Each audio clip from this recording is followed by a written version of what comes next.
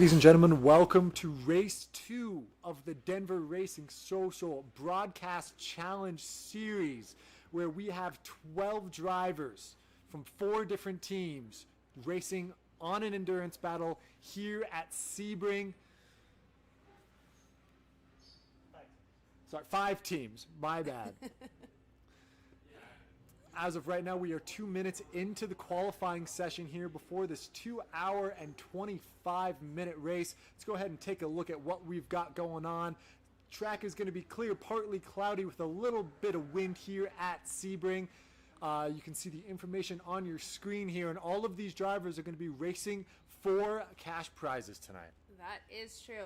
We have the grand prize, $1,500 pot up for grabs.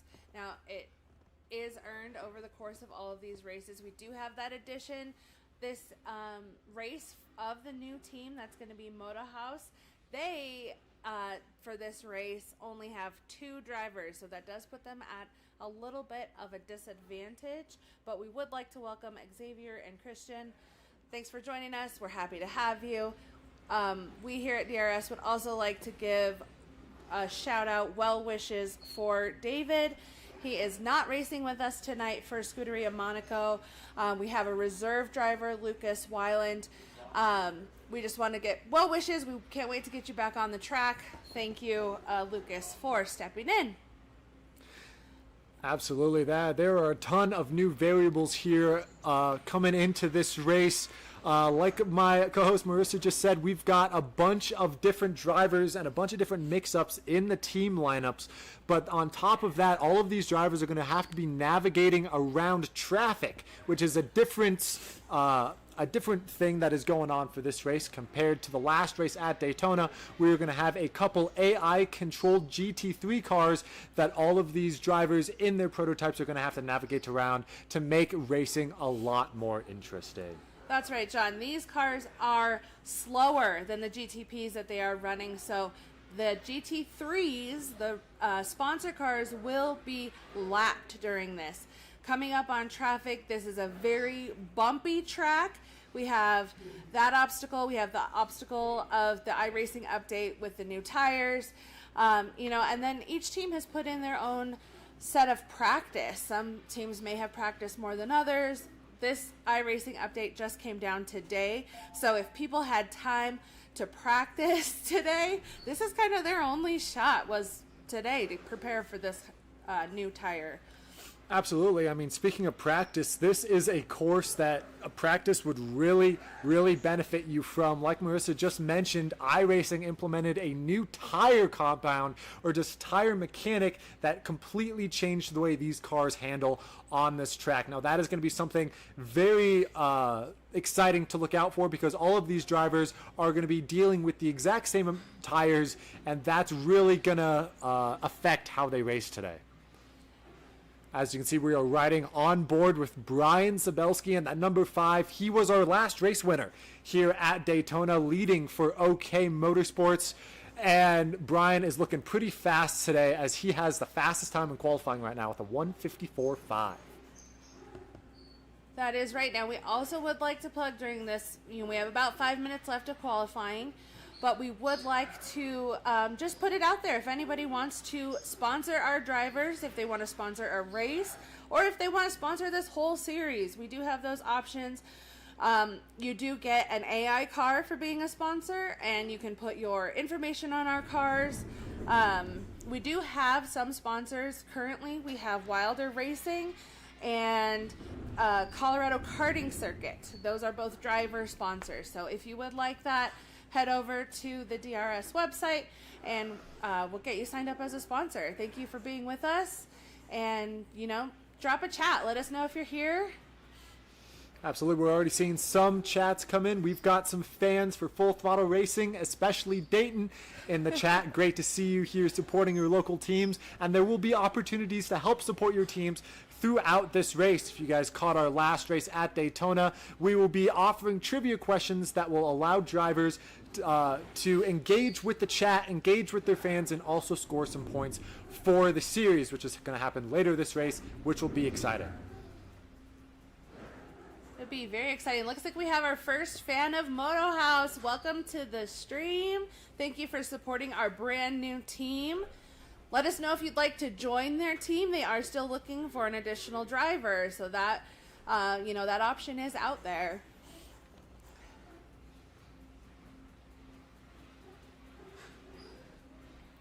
And no matter where you're watching us right now, Twitch, YouTube, send your support in the chat for your friends, for your drivers, for your teams. And like I said earlier, we're going to be asking trivia questions once this race settles down here for drivers to score some extra points. And that shall be really fun. I'm looking forward to commentating this race, and it looks like a lot of drivers are starting to put down some really solid lap times. Looking at the board right now, we've got 2 minutes and 30 seconds left of qualifying, and Benjamin is currently sitting on pole with a 151.6. Ooh, he cut off some seconds off of that last time. So qualifying, like we said, has running down about 2 minutes left. I think that's enough for one lap. They have one lap left to try to set their fastest qualifying. Also different this race is that we are doing a rolling start. Yes. This race. Yes, that'll definitely affect, or just where the drivers qualify is going to be a lot more important now that the start is rolling compared to the standing start we did last time.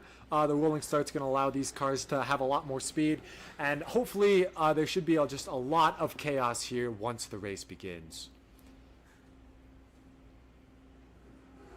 And you can tell these teams have been putting in practice. It looks like Full Throttle is pulling in a 1-2 right now for their qualifying. Yes, absolutely. All of these drivers look really fast. Now, for those of you tuning in at home, for the information on the left side of your screen, all of those times you will see all the driver names next to the yellow. Those will be our DRS drivers competing today, and then all of the drivers in the blue, those are going to be AI-controlled GT3 cars that are just there to be traffic for our drivers to navigate around. So you're going to be looking for those drivers with the yellow next to their names on board with Zabelski right now, currently sitting third in qualifying. Now you will see the cars look a little bit different, right? The backs of these cars as we come up on them. The back of this GTP has a wider wing. This is Dayton's car. He's driving a Cadillac for Full Throttle Racing. And as they come up on these traffic, the GT3 cars, they look a little smaller, so you will be able to differentiate which car is which. Absolutely. We're coming down to 30 seconds left in this qualifying session, so if any drivers want to try and improve their time, now is their chance. We just saw a good lap from Gibbons is going to put him ninth with a 1:57, a couple seconds off of pole, but a very solid lap time for him as he's got one more chance to bring it around. Yeah, that gap from first place pole position to our looks like 11th place EJ, that's only what, 11 seconds 11-second difference. So I think that these racers are definitely dealing with that iRacing update and the change of these tires. I would not expect to see EJ Luna at the bottom of the pack. It is anyone's race, like you said, with those tire compounds. We are on board with Christian Martinez here, who just took third place away from Brian Sabelski with a very good lap, and he's looking very solid on Sebring right now. And Christian is one of our new drivers, so that is awesome. Setting her standards high to begin his off-track, to begin his stint with us here at DRS. Absolutely. It looks like the checkered flag is out for qualifying, and we've got some drivers in the pit. So it looks like Benjamin Bechtel with a 1:51.6 at the moment is going to be starting on pole. I am so excited to be part of this race. Those tires are going to be very slippery. Absolutely. We're going to have almost 2.5 hours of racing that these drivers are going to have to learn how to use these tires through this endurance race, because this is not going to be a no pit stop race. Drivers are going to have to pit for new tires, for fuel, because this is going to be a long race, so strategy is going to play a key factor. It definitely is. Now, if you guys have any questions for us in the chat, please let us know. Let's get that chat going. What questions do you have? Who are you rooting for? This race is getting started. Yes, absolutely. Send your chats who you're supporting here because this race is about to kick off.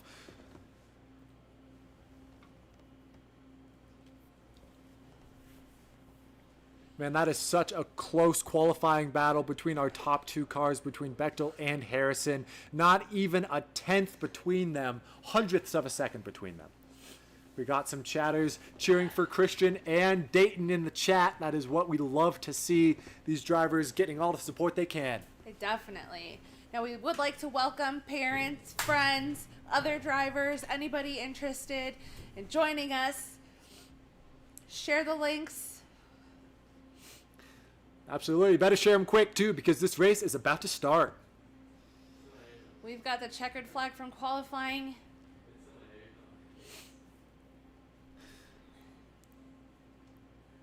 I'm excited. I'm sure this race start is going to be pretty chaotic because once the drivers sort each other out, the first couple laps, the next couple laps, lap 5 or 6 is when we're going to start seeing the GT3 cars start shuffling through the field. And once drivers have to navigate through traffic, that is going to cause a lot of commotion in the pack. Definitely. It's very exciting. Those first few laps, the drivers are going to have to really manage their tire wear. They're going to have to manage, warming up the tires. They still have that to deal with on starting a race. Absolutely. You're going to hear us talking about tires like all night tonight because of that new tire model from iRacing, so that should be very exciting. Definitely. All right, as you're looking right here, you're looking at our starting grid. We've got Full Throttle Racing locking out the front row with Bechtel on pole and Dayton Harrison in second. And then we have Christian Martinez, that new driver, starting third. A great qualifying effort for that driver. Definitely. Rounding out with Zabelski in fourth and Nick Amato in fifth, bringing in OK Motorsports and Mile High Motor Club. Then we have our second driver for Moto House, Xavier, placing in sixth, Jacob Schiff in seventh, Dominic Wilder in eighth, Anthony Monaco ninth, Bryson Gibbons 10th, Alex Lewis 11th, EJ Luna 12th. This is going to be a very exciting race. Absolutely. So many drivers scattered across the field. I have no idea who to look at when it comes to who is going to be the favorite in this race. But as you can see, here are the qualifying times and the results, and some things I'm noticing right off the bat here is EJ Luna was one of the more dominant racers last week. Is starting at the back of the pack, 11 seconds off the pace. Yeah, that's very surprising. So we'll see. We'll see how that pans out for him. All the drivers now going onto the grid. The drivers are going to have a parade lap to get those tires underneath them before the green flag flies. And like I said, this is going to be chaos once this race starts because all of these drivers are going to be fighting hard. It definitely is. And we do have some chatter here in our Twitch chat. If Chris doesn't win, he has to take a shot. And because he started in third, they want him to take 3. Well, come on, Christian. Everyone's rooting for you to win.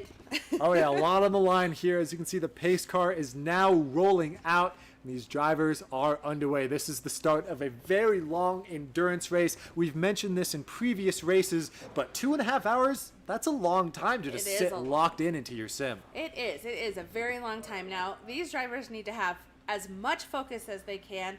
They have to put in the endurance. We are on board with our pole position, Benjamin Bechtel for Full Throttle Racing.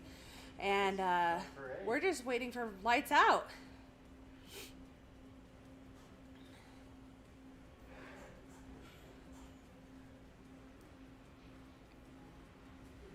On board with Benjamin went off the track there at the very start. This commotion behind, as you can see, his teammate Dayton holds on to second after that start.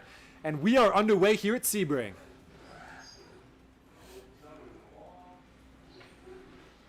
Oh, it looks like Jacob Schiff with an issue dropping down the order early. Ooh.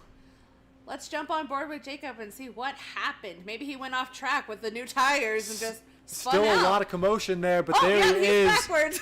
Backwards, waiting to re-enter the track. Not a good start for Mile High Motor Club, but this is a long race. He can definitely make that up. Definitely. As you can see, we got cars too wide there in the back. We are on board with our leader, Bechtel, currently opening a lead. And we got Christian Martinez up a spot from the start for that new team. New driver, new team. He's definitely making a good start here.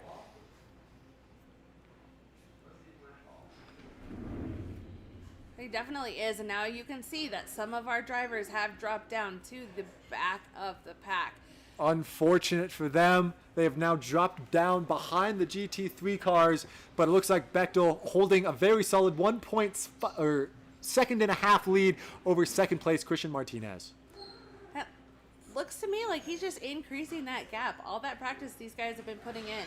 And getting that out lap though, on cold tires, figuring out, how it's all working, putting in that work is definitely showing off. Oh, most definitely. We're now on board with Xavier Williams. He is another new driver here for the Moto House GP team. We had mentioned earlier, Moto House GP, their team is actually down a driver or two, and there are only 2 drivers racing in this race, and right now they are performing really well with a 2nd and 4th place here off the start, both of them gaining positions off the start. Right, they are performing very well, so they could be really good contenders for that big prize pool. They really good for this race, especially only having 2 racers. It's best to have them on the top of the grid or on the podium so that they get the highest points for their team.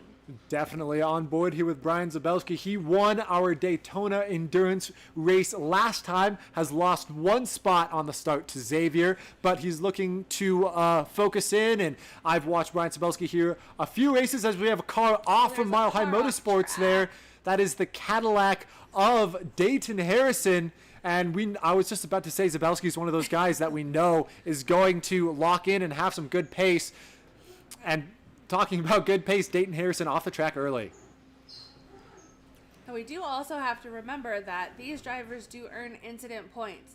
Now, that includes hitting another driver, including the AI cars, going off the track. Now, the more incident points that they earn, the more likely they're going to have to do a drive-through penalty, which means slowing down, going through the pit lane, and then getting back on track to continue this race.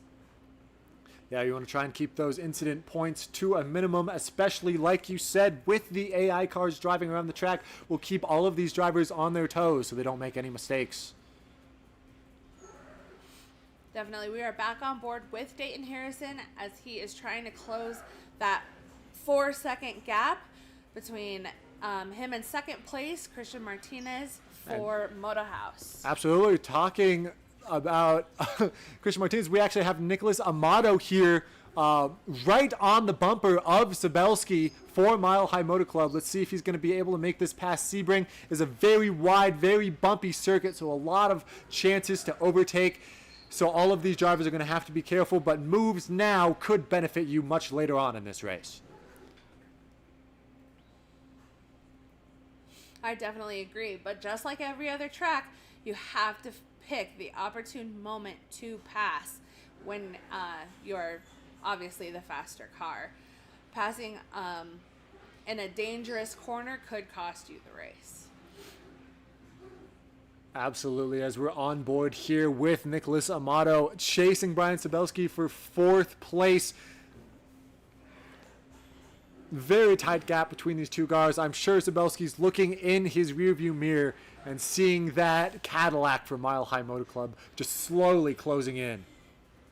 One thing we did see after Daytona was that Zabelski does really good under pressure. Now, he held that pole position, I think, the majority of the race. And so, him having some pressure behind him, I don't know if it's going to faze him that much. On board now with Anthony Monaco for Scuderia Monaco in that Ferrari, navigating through GT3 traffic. Ooh, that was close. Cutting it really close, looking for moves. The AI is not having it. He's got to be careful to make his way up the pack because I believe Anthony Monaco is one of those drivers who did not get the best start at the beginning of this race. Hey, you are correct. And like I said, finding that opportune moment to pass. If that AI decides to cut a corner close and you're in the wrong spot, that could make you spin off track. Absolutely. Looking more at the front of the field, we had Christian Martinez made a little bit of an error a lap ago, caused him to drop from second to third, and now Benjamin Bechtel has a 7-second gap to second place right now. I think at the start of a race, that's a very good bubble to have. It is. It's a very good buffer. And you know, that 6-second gap now is between his teammate, Dayton Harrison. So I don't know if, you know, team orders might be to keep the order, or, you know, Benjamin is the principal of that team, and he might say, you know what, Dayton, go ahead and let's switch spots. You take the win. I think it all just depends on how well they're doing. Absolutely. As a team. Yeah, we saw Dayton Harrison go off the track earlier in this race, but he's now back up to second, which goes to show that even if you make a slight mistake, go off the track, lose some time, you can easily make it back up because we have a long race here. On board with Xavier Williams. Williams now chasing down EJ Luna, who started at the back of the field, as now up 6 spots to 6th, and we have a line of cars. We have 7th all the way through 4th here, battling it out. Well, this is the traffic we were talking about. They're going to come up on these AI slower cars, you know, and then finding the time, or, you know, everybody's tires wear different. Do they have the tires to pass the car in front? Yeah, I'm keeping a close eye on this line of drivers here behind Brian Zabelski. All of these drivers are going to be trying to make up as many spots as they can in this race right now, so that hopefully when strategy comes in and traffic cars start playing a bigger role, they'll have the track position they need over their opponents. Definitely. Now, just popped over to our chat in Twitch. We are here in the clubhouse. Apologies that we don't have video tonight, but we are in the clubhouse, and we do have Dominic Wilder here in the clubhouse running this race on the motion sim, and he's navigating that really well. Absolutely on board with Dominic Wilder. He unfortunately was one of the drivers that had issues here at the start of the race, and now has been battling GT3 cars, trying to make up some ground and catch up to his competition. But like we've been saying all night, a small mistake at the very beginning can be made up over the course of this 2.5-hour race. So I would not be surprised to see Dominic Wilder go up the field as this race progresses. I agree. And we just saw him pass, 3 GT3s, very clean passes. He caught up to them at the right spot. You know, so that could be definitely part of his strategy. Dominic making up some ground on the competition ahead, but it looks like we have some battling here up at the front. Zabelski, Nicholas Amato, and EJ Luna have all moved up past Christian Martinez, who has made a mistake and dropped down a couple spots. He was in second earlier in the race, but now I guess the nerves are starting to kick in, and all of these drivers are focusing really hard on their laps. As you can see, just locking up the brakes. Going into the grass, managing to save it and staying out of the way of these other drivers, but unfortunately he's going to lose a couple positions to his teams, now putting him in front of his teammate. Yes, I will also say to the chatter, props to Dominic, having all of the motion in that full 360-degree sim. Definitely something to look out for as a sim racer, as we are on board with Lucas taking a little bit of a spin here at Sebring. Now we are back on board with Christian, who is in a solid 6th place, right behind EJ Luna, who we are now on board with. EJ Luna is definitely one of those guys to watch throughout this race. He's already up 7 positions. He did not have the best qualifying time, most likely had some laps voided due to track limits or something like that, because we know EJ Luna is one of the most competitive racers here, and he's showing it right now, sitting in 5th and chasing Nicholas Amato hard. Definitely working his way back up the grid. He wants to be a contender in this series. Really close battle here. EJ's got to really think about the track layout and where he can pass, because one wrong move and he can lose all of that position he has gained so far earlier in this race. But I would say he's had a really good start to the race, as these drivers are now catching up to the GT3 cars, which is going to make this racing really interesting. It definitely is. Passing on some of these corners, if you go too wide and hit that grass, you spin, or if you bump another car like EJ just did.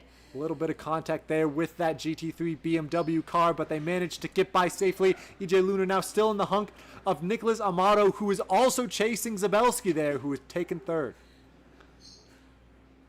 Look at that, beating and banging. Zabelski getting around that Lamborghini, just leading the pack of prototypes here through the field. And these guys are not letting each other go. They are not. They are keeping up with each other as much as they can. Keep an eye on the gaps between the top drivers. Bechtel started up front and had a very good lead at the start of this race, but that gap has now shrunk to his teammate in second behind him. We got Dayton Harrison and Bechtel, both for Full Throttle Racing, showing they have what it takes to win this race. They definitely do. And like I said, I mean, it can be a team strategy to use their position to hold off Zabelski and Luna, who are going to be very top competitors for our first, second, and third place. Looks like Luna has gotten past Nicholas Amato, who has also lost a spot to Christian Martinez. 4th through 7th are all battling super hard. I want to say 3rd through 7th, all of these drivers swapping positions a lot. They definitely are. See a bit Biggest of a lockup. thing is that they need to keep their focus. One lockup, one off track. It can take you from 4th to 9th. Absolutely. We've seen it. Cars can go off the track very slightly missing their braking point, and that could cost them 3 or 4 positions. So all of these drivers focusing really hard here at the beginning of this race. As we have a little bit of a wreck. That is at the back of the field. That's Dominic tangling up. Let's go ahead and see what happens. It looks like he just gets into the... Someone gets into the back of him. Trying to see who that was getting to the back of the Full Throttle car.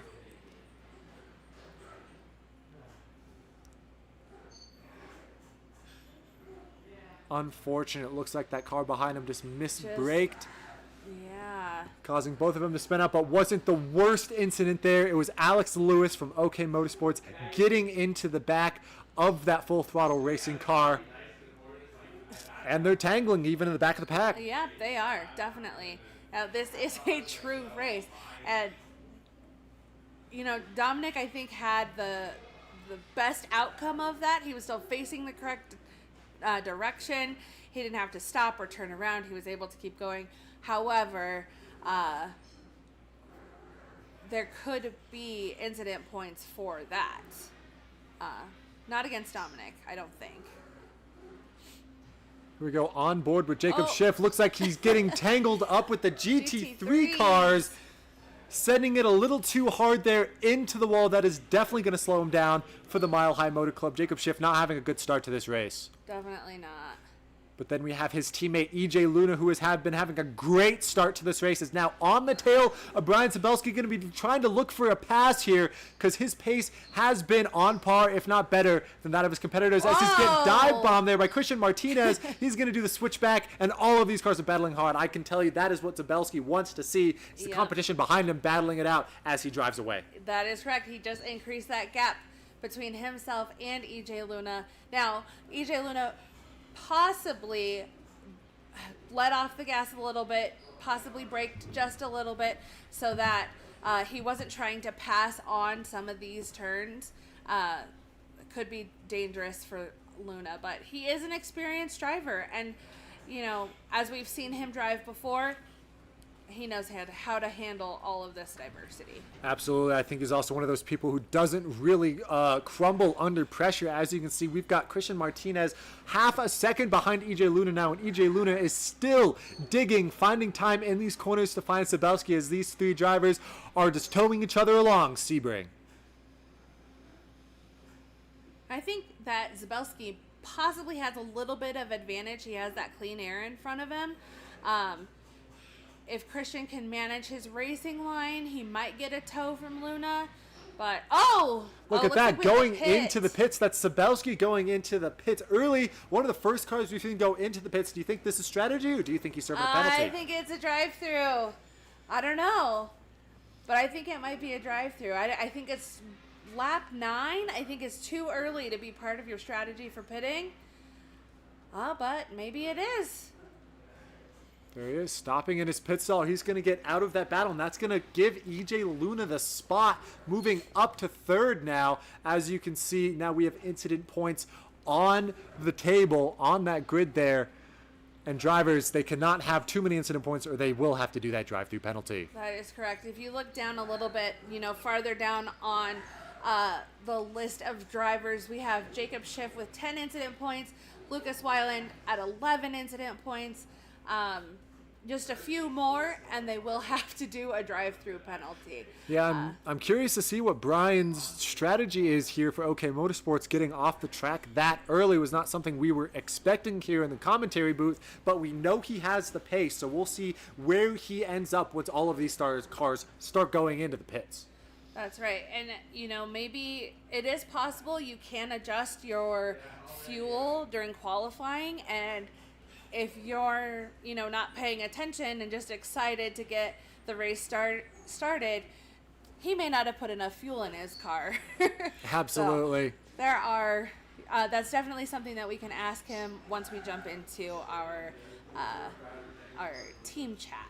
Absolutely, yes. Just to reiterate, we will be hopping in with these teams and asking them some trivia questions from you guys. So chat, let us know if you're still in the chat, who you're cheering on and what you've thought from the start of this race, because there's been a lot of chaos so far. I'm enjoying it. There definitely is an exciting race. We have all of the new obstacles, and us being here in the production booth just watching, it's very exciting. I'm sure it's very exciting for the drivers as well. Absolutely, as we have a change for the lead there at the front. Dayton Harrison is going to pass Bechtel, who looks like he's been dropping down the field. Did something happen? Is he off track? How is he getting past? Looks like Bechtel's lost a little bit of ground here. As you can see, he's going, and it looks like he tapped one of the GT3 cars. That's one of the things you got to look out for, navigating traffic, and then is not able to rejoin the track safely, lets his teammate by, and he's going to get back into the running order around 4th or 5th. That is unfortunate for our race leader. That is. He does still hold the fastest lap, but that's navigating that traffic, like I said, that's going to be part of it. You have to know how wide your car is and navigate those GT3s that are very unpredictable. Alexander asked if damage is on for this series. It is not. So drivers will be able to get right back on track no matter how severe their incident. Thank you for the question, Alexander. And then we've got the Dayton fans in the chat. Let's go, Dayton, currently in the lead. Took over when his teammate spun out there from the lapped cars. And right behind him, we have EJ Luna. Like we said, started last. Now he's in second, up 10 spots. We are on board with Dayton. We have a fan of Dayton's in the chat. But it looks like he only has 2 incident points. He's driving a very clean, good lap. Absolutely. You can just see how consistent these lap times are from all of these drivers. And I think anyone right now in at least the top 6 is really close and in contention here after the start of this race, which is pretty good. And props to all these drivers for staying in it and going at it this hard this early in the race. We're only 20 minutes in, lap 11. We have 2 hours of racing to go. That is a lot of racing to go. And so much has happened in these 20 minutes. We still have strategies. We have pit strategies. These cars cannot make it without pitting at least once. We have been surprised in the past by some teams having a very wild pit strategy but making it work, and some teams making it a little bit more conservative. You see on board with Benjamin Bechtel there, being really careful around those GT3 cars. Don't want to make that mistake again. Currently chasing down Christian Martinez for 3rd. Which we should also say props to Christian Martinez. He is on a new team. He is a new driver to the series, and he is showing up. Started 3rd and is currently sitting 3rd, chasing down EJ Luna and not letting him get away. Right. He is doing very well for being new to the series. And, props to him. We have not seen him drive before. Some of our drivers we did see at our Le Mans race. We saw at Daytona. But I have not seen Christian or Xavier race. At least not with DRS. So this is pretty good for their, first race with us. They're doing really well.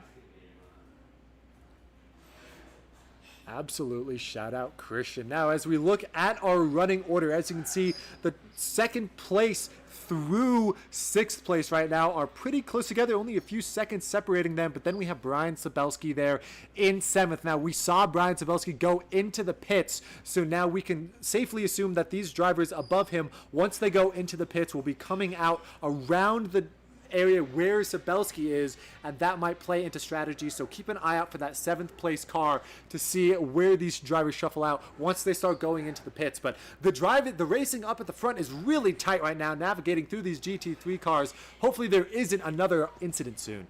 On board with our leader. Now Dayton does have that advantage, and he is so close to having the fastest lap.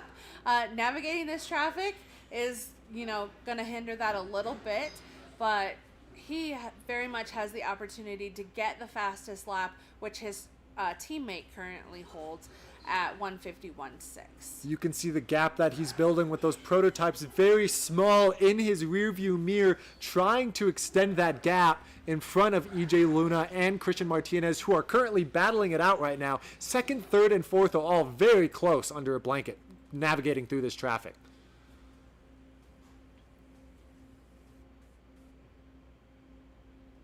Now Benjamin coming up very quickly, closing that gap behind Christian Martinez.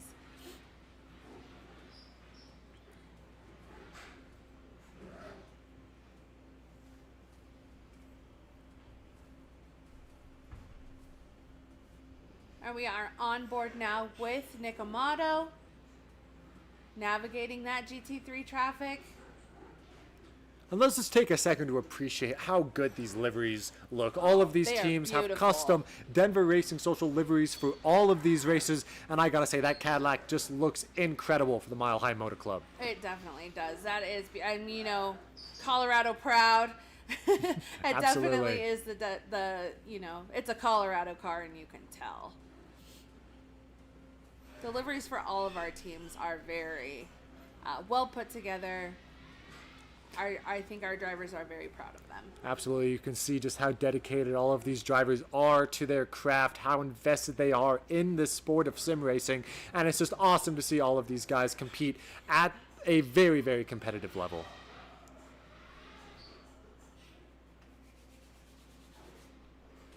And we have a fan for Benjamin. Shout out to Cheer and Mountain Magic. Apparently practicing with Xavier, which is probably why he's doing so well in his maiden race. So thanks for keeping our chat going.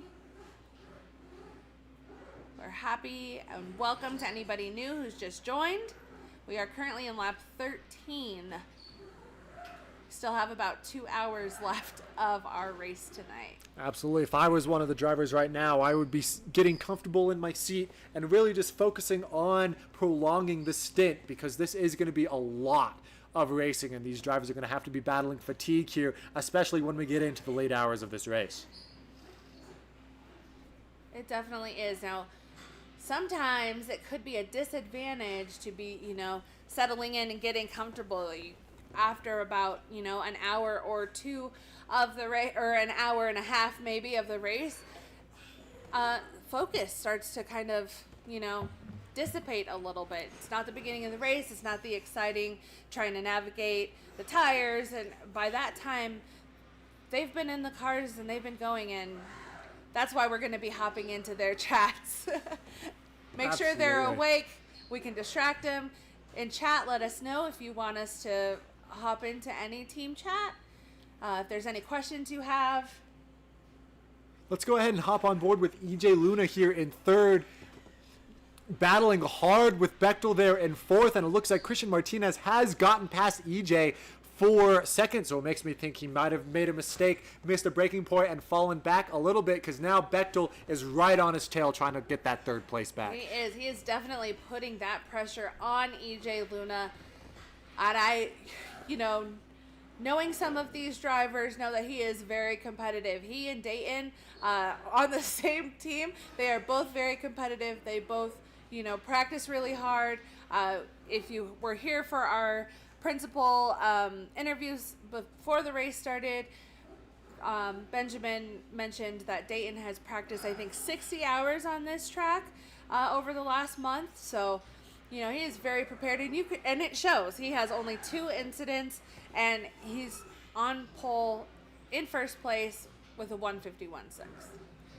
Yes, all these drivers going super fast now, but I also wanted to touch back on what you were saying earlier, and that is focus. When the race gets deeper and deeper into the race, hours in, focus is going to be so important, not only because they're going to have to be focusing on their gaps between their competitors, but they're also going to have to be focusing really hard on the overtakes of the GT3 cars. We already saw Bechtel lost the lead, drop back down to 4th because he did not make a very clean pass around one of the GT3 cars. So that is something we're definitely going to be watching out for as this race progresses, because that is one of the things these drivers are battling the most as we get into this race. 26 laps, 26 minutes in.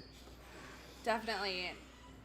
We want to make sure that we are touching back base with our chat. Looks like we have a lot of Full Throttle fans. Props to Dominic for being in our motion sim. Thanks for coming down to the clubhouse and trying it out. And you are correct. It does add another layer of difficulty to these races. But hello to all of our Full Throttle fans and our Moto House fans for Chris.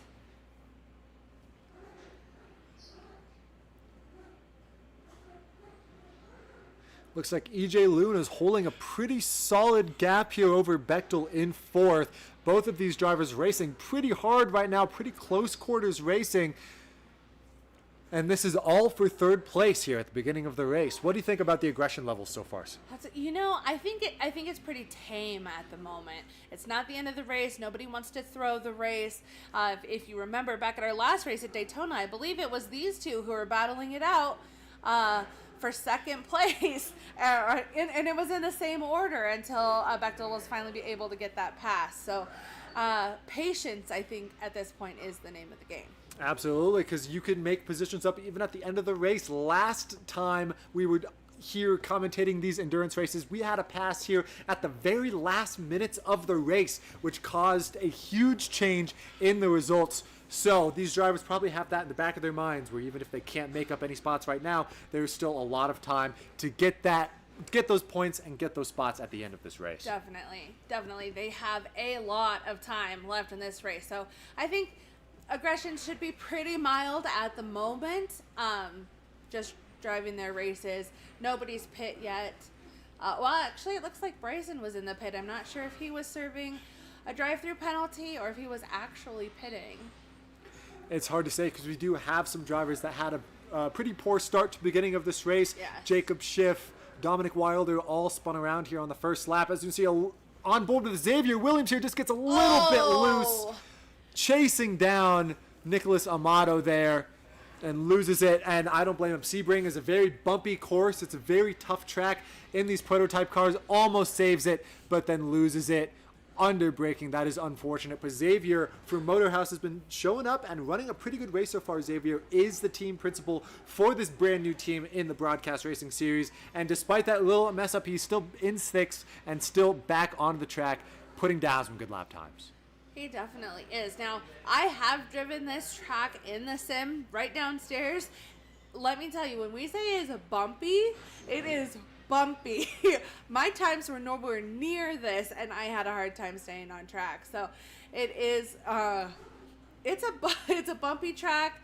It makes it harder. Figuring out where to pass is harder, and just keeping that racing line. It's all harder. This is not an easy track. Not to mention the new tire model all of these drivers are battling, as we are on board with EJ Luna here, who is caught up to 2nd place. Christian Martinez, EJ, has been holding off Bechtel here for the last couple laps, but it looks like he has been able to get a little bit of a some time onto that car ahead of him. Actually, that is not Christian. That is a lap car, number 22, as is going to be lapping some prototype traffic. I was not expecting to see that this early. I was not expecting that either.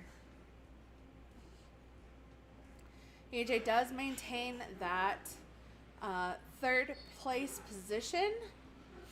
Look at that. Super close to the So wall. close Very to the wall, fine our margins. camera goes straight into the wall. I would not want to be this camera guy right now. Definitely not.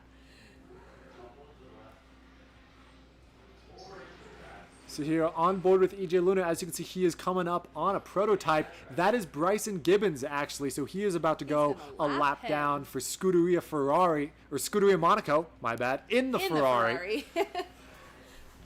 This is going to be good, though. We have not seen Bryson race against any of these top cars, so we're going to see how well he is going on pace, even though he's not on the same lap as these drivers. Right, and how well does he do under pressure? Now, I think he will get a blue flag. Oh, look at that! No! And there's some contact behind. That is going to be a spin From in the back between EJ and Ben. Bechtel, I think so.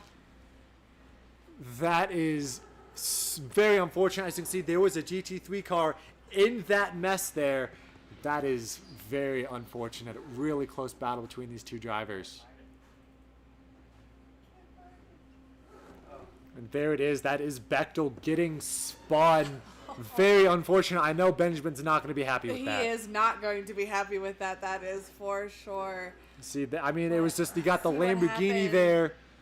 Went on the inside dive bomb there on Luna. Oh, he had a lockup, it looks like. Locks up and then just didn't realize Luna was there on the outside.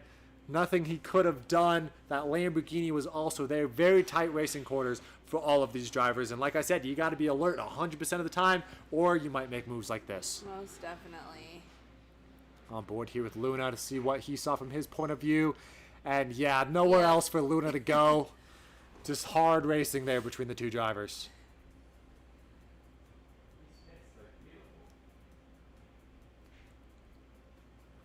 Luckily, that I don't think that ruined Benjamin's race too bad. He is still maintaining that fourth place behind Luna.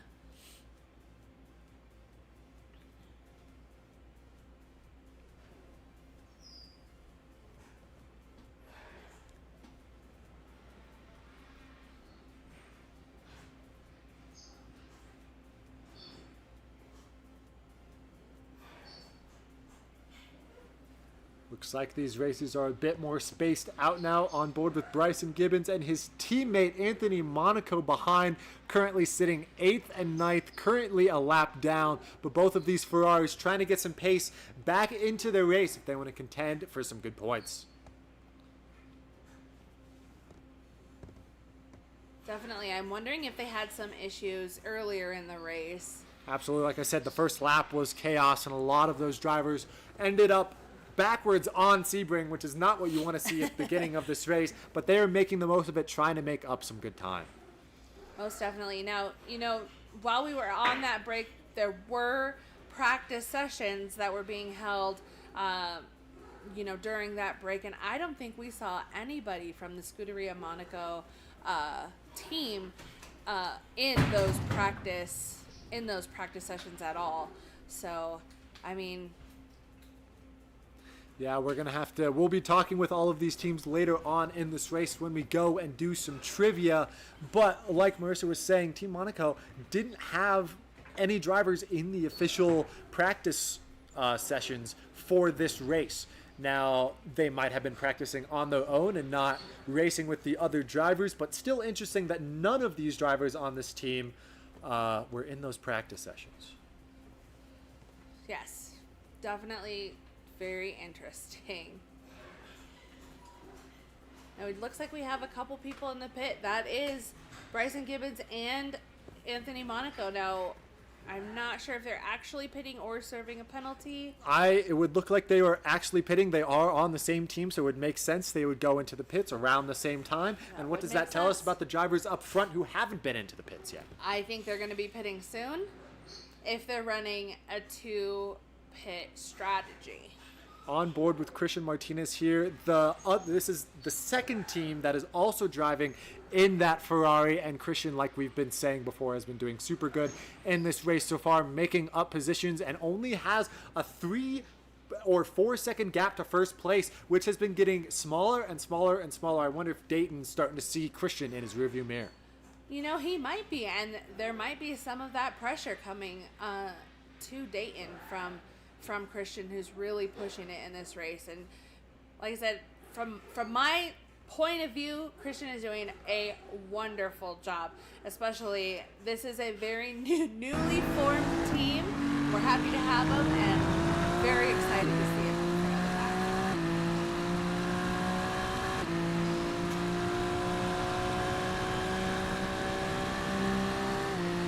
For our Scuderia Monaco fans in the chat, it looks like Bryson and Anthony are both out of the pits, probably with fresh tires, a full tank of fuel. Let's see what ground they can make up now. They do have a lot of ground to make up. They have been lapped by the majority of the grid. So definitely need to be pushing themselves right now. But I wouldn't call them completely out of the race yet. They might still be a lap down, but there's still a lot that can happen with our front runners as this race progresses. We are only on lap 20 of this race, so still hours to go. Definitely. You are very correct. Anything can happen. As we know in these races, lockups happen, off tracks happen. Those AI GT3 cars, they get in your way. So anything can happen, that is for sure.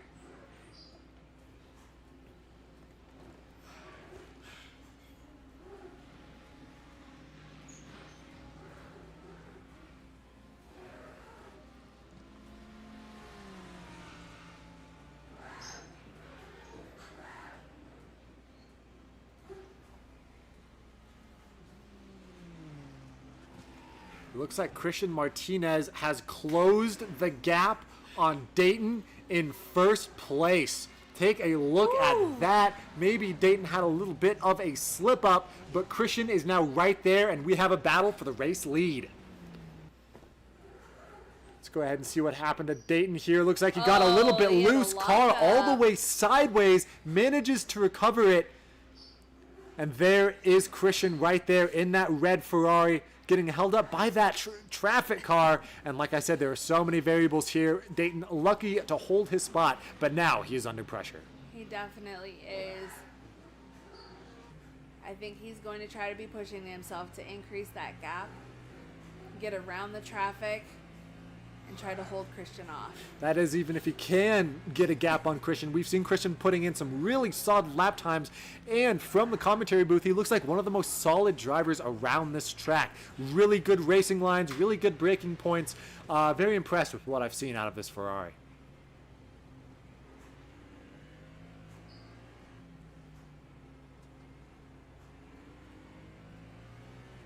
What do you say we hop on board with one of these top two teams to hear what the comms sound like for this first place battle? I say let's do it.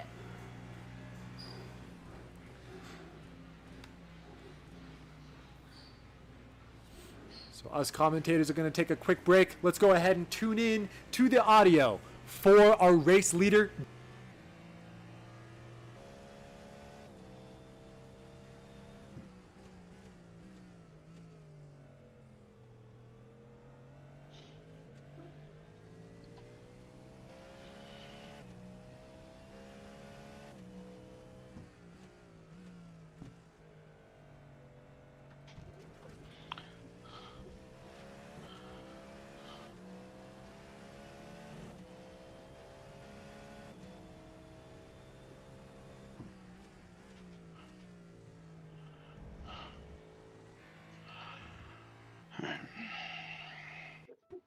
Probably got 6 more laps before I have to refuel.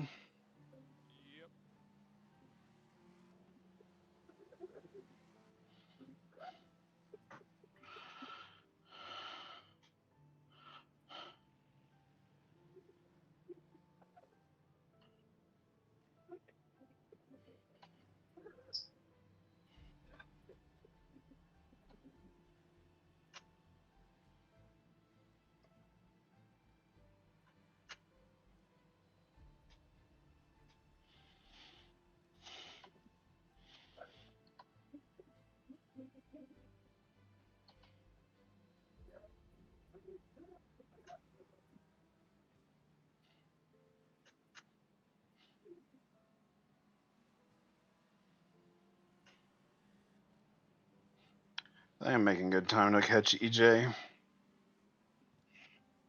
If I don't get caught in more traffic.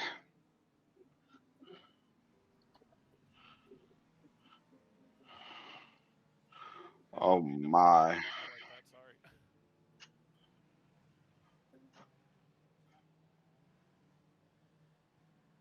Oh my god, EJ is all over the road blinking. It's been like a second. I have no idea where the fuck he is. He's gonna teleport in front of me.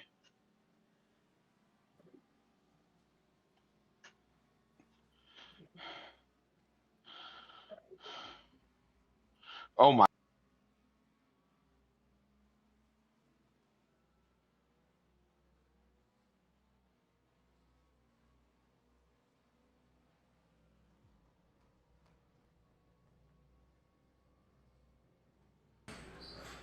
We are now back on board with Benjamin Bechtel, Full Throttle Racing, and while we were away, we saw a pass for first place. Christian is now in the lead.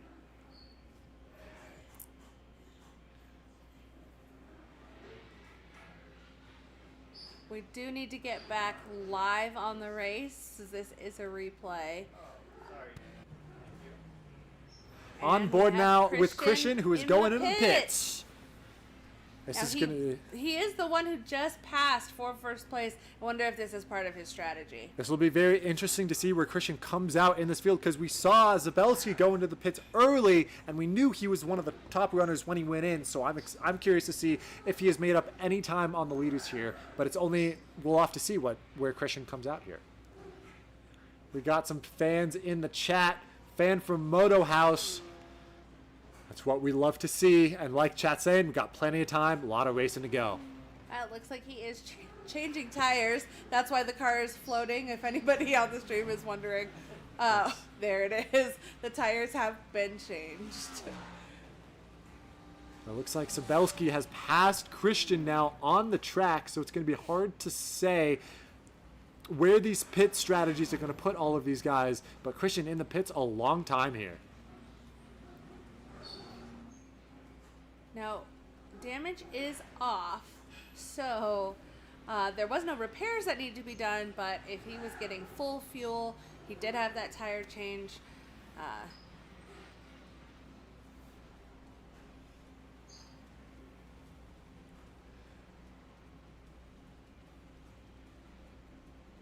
We are currently 43 minutes into this race, lap 23, and I know if I was a driver, I would be wanting some fresh tires by now. Definitely, especially with this new compound. Exactly. I don't know how long this compound is, supposed to last. All of these drivers are battling with that new tire compound from iRacing, so pit strategy is going to be playing a crucial part in this race, and we've seen a lot of varying strategy already.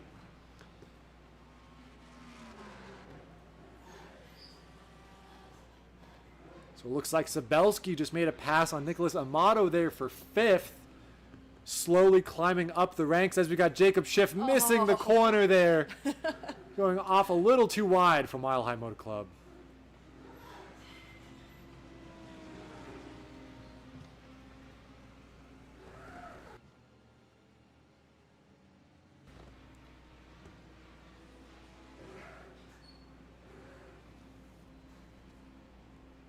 Got Jacob Schiff there after going off the track, is now making his stop into the pits.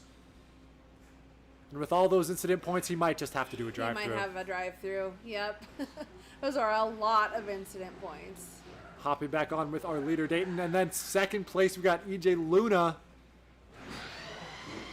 Dayton, we know, still has not gone into the pits yet, as we got a little bit of a spin there from Dominic Wilder. That is a Full Throttle Racing teammate. Has been slowly bringing it back up through the field.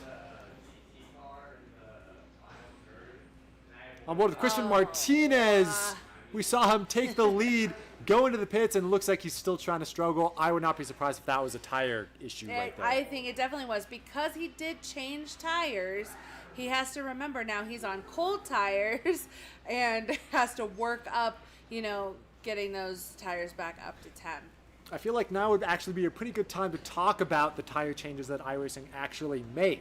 So, from what I know, iRacing had a lot of people come up to them and be like, hey, the tire model isn't very accurate, especially with the prototype cars, because in real life, prototype cars were not able to take corners on this game as fast as they actually were. So what iRacing decided to do was change the tire compound and make the tires a little bit harder to manage and a little bit harder to break in, so that these cars are a little bit more accurate to what they are in real life. Now, what that means is that when drivers are going out on the track, tires are super cold and super lacking on grip, and it takes a long time for the tires to actually get some heat in them. So what we just saw from Christian there was him going out on brand new tires, and I would not be surprised if those tires just did not have the grip he was expecting, and that caused him to spin around. I definitely agree. Now, the whole thought process, I think, behind iRacing, like you said, was to make those tires more realistic, which means when you start racing, those tires are not up to temperature. Your car has been sitting.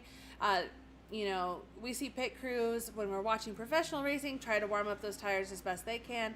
But getting that grip it takes with this new compound, what I saw today was about 5-6 laps to get them up to the right temperature for racing. Yeah, that's something all of these drivers are struggling with too. It's not just one team. Every single car is dealing with this new tire compound for some of the first times, and that is what is making this racing so interesting. It is whoever can keep their car on the track the best. As you can see, one of our drivers going off, that's Alex Lewis, currently sitting in 20th, but making an overtake there on that Ferrari. Hopping back on board with Christian Martinez, currently sitting in 6th, navigating through some GT3 traffic, which is also very scary on cold tires. Yes, it definitely is. I mean, you could lock up, you could spin out. One of those GT3s, like I said, are unpredictable. They could hit you and it ruins your lap for sure.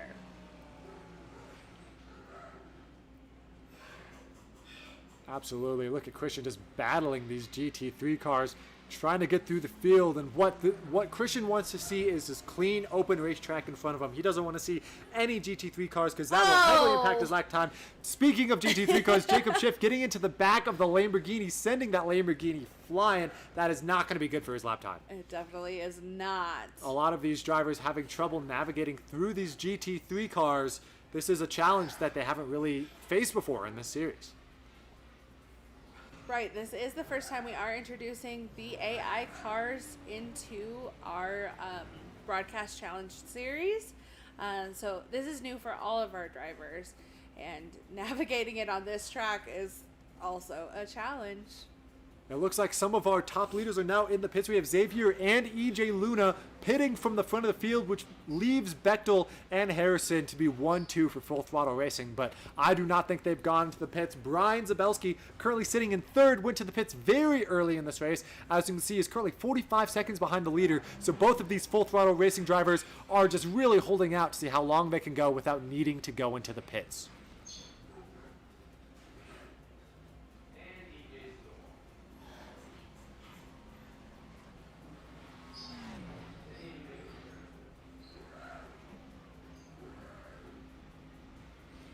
It is nice right now. We were watching Benjamin Bechtel, who had that clean air, basically just trying to close that gap between him and his teammate Dayton Harrison.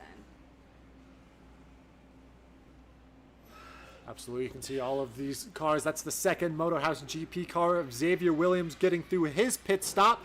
See where that's going to put him out onto the field is going to be put him behind his teammate. So Motorhouse, the new team, currently 5th and 6th after green flag pit stops. You know, I think they definitely are proving that they are going to be a team to contend with during this series. And then once they get their 3rd driver, who absolutely, knows? out more points on the table as we see our leader, Dayton Harrison, going in for his first pit stop, giving the lead back to Bechtel. And now I believe Bechtel is one of the only drivers who has not made their pit stop. Of course, Zabelski went in earlier. Not sure of his strategy, but now all of the leaders around the same pit cycle are finally completing their stops. And no, the screen isn't floating and the car is not possessed. That is just pit lane. Your screen is not frozen. He is getting new tires.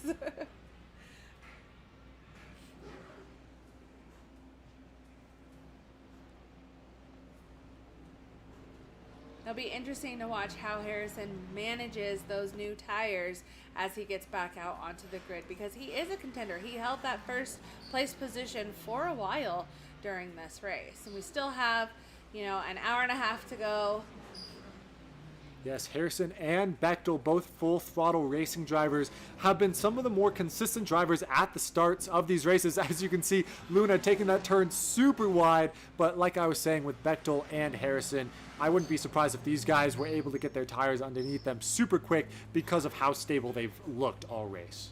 Definitely, and they were some of the only cars, I think, at the beginning of the race who did not have that initial spin at the start of the race. Absolutely. As you see, EJ Luna there from Mile High Racing, putting in some good lap times. He's done his pit stop, and now he's just chasing down the leaders.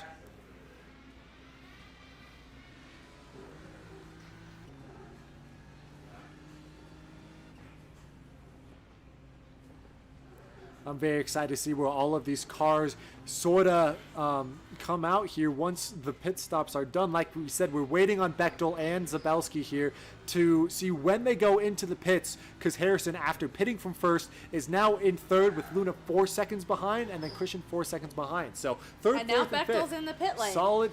Let's see where Bechtel comes out here from pit lane. It's going to be very interesting to see where he comes out compared to Dayton, because we knew they were running very close here before the pit stops. They definitely were. And I am very also interested to see if Zabelski is going to be pitting again soon. Because he did pit so early in this race. Yes, that's something I am also interested in. Zabelski, though, is one of the faster drivers in this field, we know from the last race, so I'm curious to see where this strategy puts him. On board with Christian here, trying to chase down Luna and Harrison. Only 5 seconds separate those three drivers.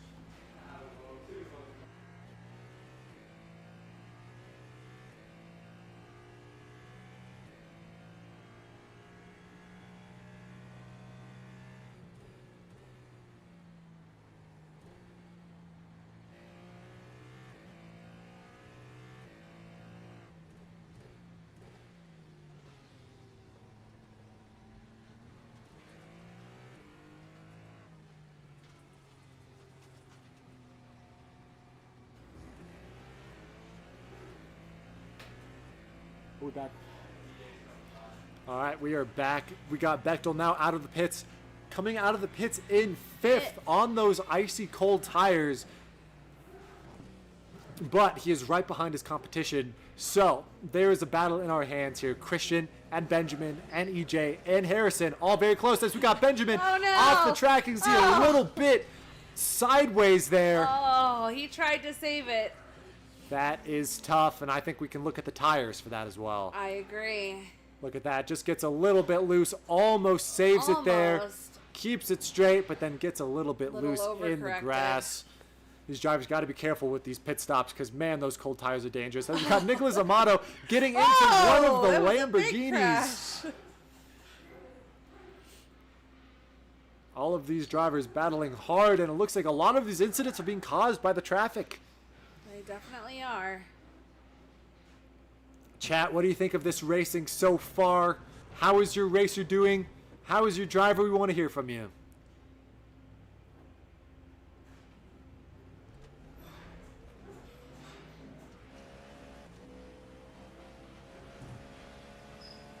Bechtel, despite his spin, is still sitting in fifth, 30 seconds in front of sixth, so not a bad gap, but he has a lot of time to make up to Christian in fourth.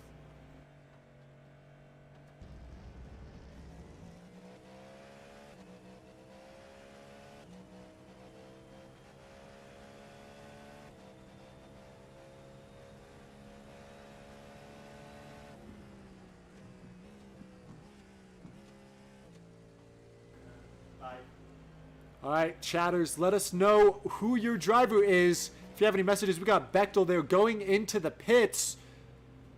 But he was just in the pits. Why is he? Does he have a drive-through penalty? He might be serving a drive-through penalty. That's what I am thinking of right now. Dominic's also in the pits. Looks like we have his teammate Dominic also in the pits, possibly just for his pit stop. Benjamin must have had a drive-through penalty because we saw him on the tiny corner of the screen driving past. Now, chat, we want to hop into the team comms with one of these teams, but we want your guys' interaction. Let us know who you want us to hop in to the chat with, see how they're doing, and if you have any messages for your driver, let us know. Let us know. Yeah, is there anything you want to tell them? Wish them luck? You're rooting for them? Maybe we hop in to our newest team's chat. We got Moto House with Xavier and Christian. Got some fans in the chat. What do you say we say hi? I say let's do it.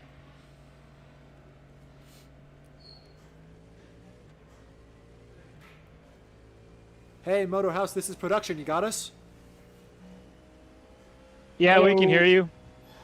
All right. Well, we just wanted to say we've got some fans cheering you guys on in the chat. How's your race going? It's going good, going good. It's pretty crazy with these tire models. It's zero pace, but it's going good. Yes, It's good. It's very good. we've seen a lot of spins here from cars coming out of the pits, but you guys have been managing some really good pace. And like I said, chat's been cheering you on. Chris, shout out to you. Chat, shout out Motor House. Shout out Eli. We see you. You have a message from Keith that says, let's go Moto House. Chris Martinez coming for that P1. Let's Tell go. Xavier he's amazing and he's going to make moves. Hell yeah, tell him I said hell yeah, brother. If they can hear me right now. Let's go. Hey, Yes. Malpano team, hell yeah, Wusu team, what's up, what's up? Salute. All right, Chad is wondering how have your tires been affecting your race strategy? Oh, the tires are stupid. Go ahead, brother. You go Yeah, for you're it, good. Xavier.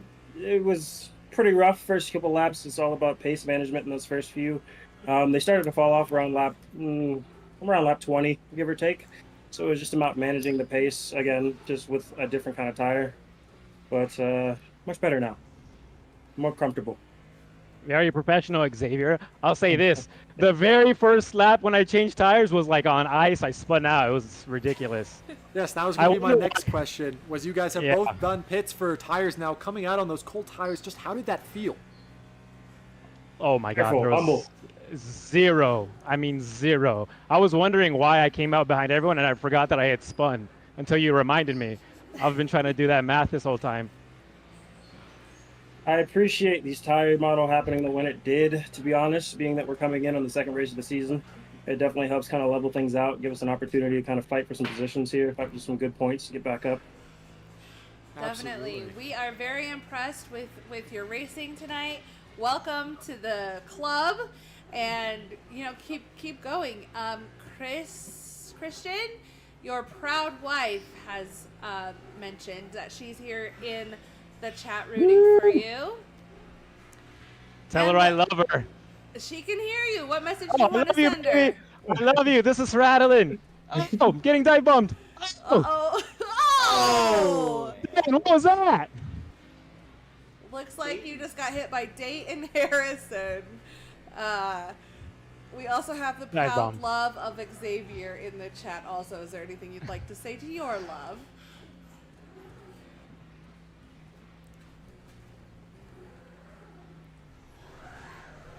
Oh, we lost him. Okay, All right, well, you guys have been absolutely killing it, showing up for your first race of this series and absolutely showing you guys belong here. So good luck, guys. We'll be back later to ask you guys some trivia questions, and we'll let you get back to your tire management. thanks, man. Thank It's you. hard to talk and race. Take care, y'all. No, Absolutely. you're good. Oh, that is great to hear. And we witnessed a dive bomb live. That was We pretty cool. did. We did. We are definitely going to have to talk to Dayton Harrison about that and see what happened. Absolutely. So now let's go ahead and hop in the full throttle racing chat with Harrison and Bechtel to see how they're feeling. And to Let us know, shout out their chat. fans in the chat. Yeah. Chat, is there anybody on Full Throttle that you'd like to send a message to? We'll relay for you. Yes, go ahead. Send your message to Full Throttle. We're going to hop in with them right now. Full Throttle, this is the production booth. You guys got us?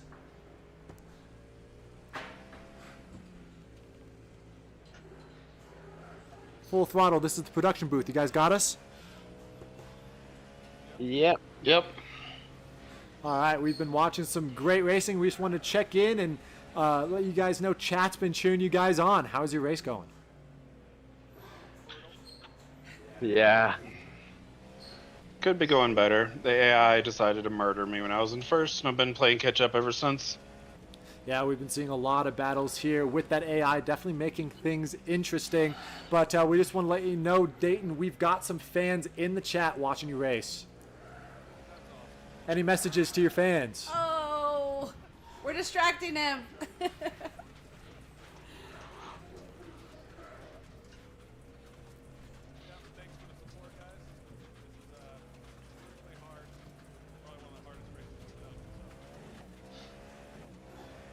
Well, you definitely have the support.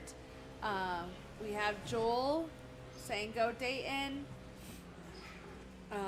Way to be aggressive, Dayton. Don't worry, Dayton. He just got in the way. So.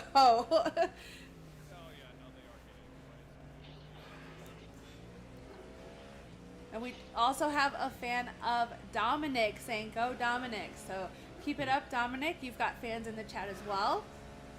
Thank you. All right, now I also wanted to ask you guys about tires because that's something we've been noticing from all of you guys. This new tire model has been really hard to manage. What do you guys think about these really cold tires once you guys get out of the pits? They're so hard to drive. Even when they're warmed up, they're still kind of, you're flirting with death.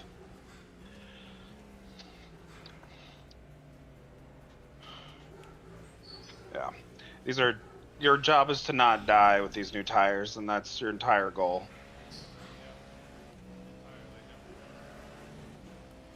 Is it more of a challenge for you to have the new tires and AI new this race?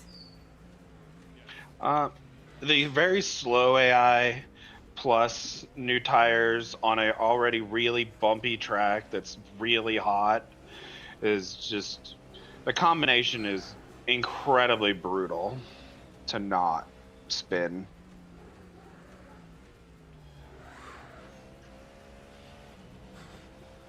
Well, we've been watching. Benjamin, you've currently got the fastest lap of the race, holding it strong here. And as we're nearing the halfway point of this race, how are you guys feeling fatigue-wise? You think you're going to be wired in till the very end? Or how are you guys feeling? I'm feeling fine. Yeah, I feel good. That's what we like to hear. We did have a shout out for Dominic earlier in the stream, giving props to you for racing this race on the full motion sim downstairs. So extra props to you. We know it's difficult, but you're rocking it. Keep up the hard work. Thank you. All right, guys, we'll let you guys get back to the racing. We'll be back in the chat later in this race to ask you guys some trivia questions with some chat interacting. So keep on racing, and we'll talk to you guys soon.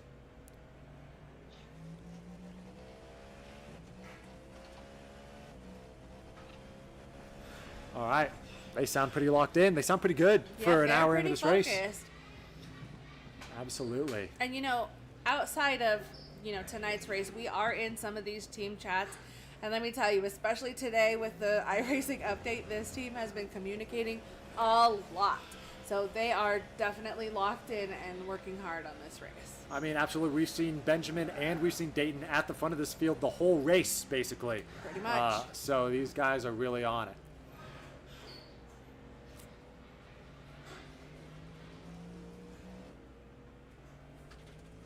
All right, chat, let us know. Is there any other teams that you would like us to hop in with?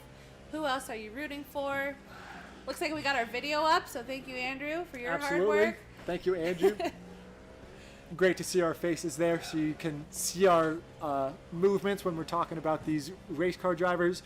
But that being said, I think production is going to take a quick break. We're going to hop in with one of these driver chats, let you guys hear the team comms, and we'll be right back. So don't go anywhere. But who should we hop in with? Well, chat, is there someone you want to hop in with? Otherwise, I think we should hop in with OK Motorsports. That's Brian Zabelski, who is our race leader at the moment. Yes, I agree. I think we should hop in with OK Motorsports. And chat, don't go anywhere. We'll be asking trivia questions as soon as we get back. And we're going to be giving out some bonus points so you can award favorite team, as we see Bryson Gibbons there spin out around the really bumpy corners of Sebring. So, all right, we're going to hop into OK Motorsports, and we'll be right back.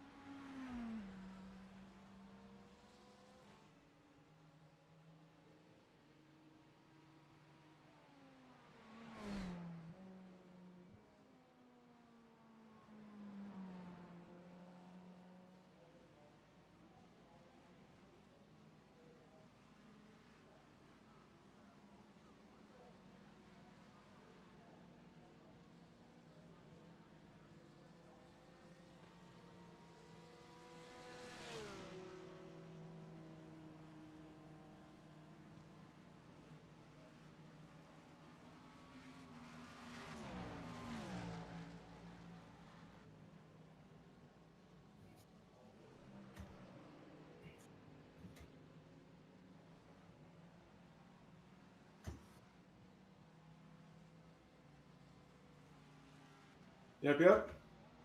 Yep.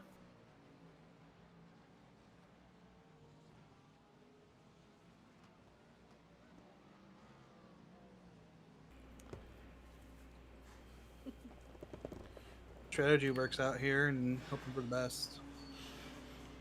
Yeah, Brian, we saw you go into the pits pretty early in the race. Was that strategy or was there some other issue?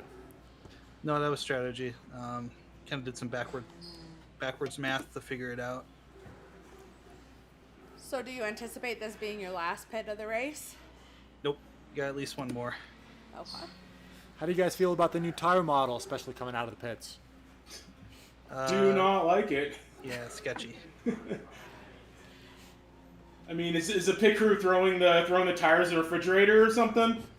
It is hard to say. We have no contact with your pit crew, unfortunately. But we've been seeing your guys' pace.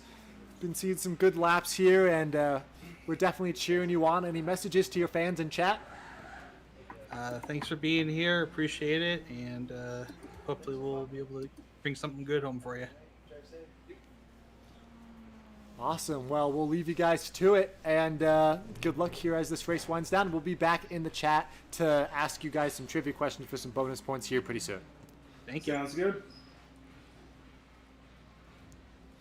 All right. Well, welcome back to the stream. Hope you guys are doing well. Let us know in the chat. We're going to get started with some trivia questions, though, here pretty soon. So if you guys are interested in doing that, this is going to be chat interactive. You could help out your favorite drivers with these questions.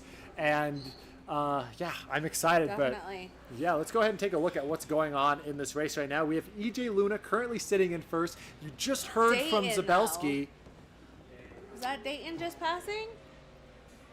No, I think that is someone else. Dayton is a couple seconds behind EJ Luna okay. here, so that is one of the full throttle racing cars. But we just heard from Zabelski. Him going into the pits a few laps into the race was actually It was strategy, strategy. which I was not anticipating going in that early into the race. But you heard it from Zabelski. I mean, he's a race winner, so I would obviously assume that his strategy has been thought about. So that is some interesting stuff. But EJ Luna currently sitting in first. He started last. He started last in this race. He only has 3 incident points, and he's been racing just super cleanly. We saw him tangle with some drivers earlier in the race, but regardless, EJ Luna now currently sitting in the lead.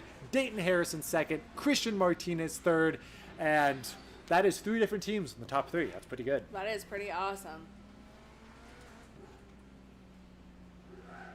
And we are on board with Sabelski, making his way around the track, trying to close that gap between him and Christian Martinez, who's sitting in third place at the moment. And Christian has the new fastest lap. Yep, there you go. It was Bechtel, but now Christian with a 151.4. That's around a tenth or two faster than what we saw Benjamin do earlier in the race. So I guess some guys are picking up the pace. Yep. I think part of it is finally understanding those tires. I mean, they've been on the track for over an hour now, and so understanding, oh, this is how the tires are reacting to my braking points, this is how they're reacting to my turns, how much am I pressing on the throttle, all of those factors, I think they're starting to settle in. And now Christian, our new driver, now has the fastest lap, which is awesome. Which I am not at all surprised. He's looked so solid throughout this entire race. We saw him have a few incidents earlier in the race, but Christian, we just talked with him, sounds really locked in, sounds really focused, not super happy with the new tire model, but I think I can say that for all the drivers in this field. Yeah, I agree. I don't think anybody's super happy about it. It takes time to get used to.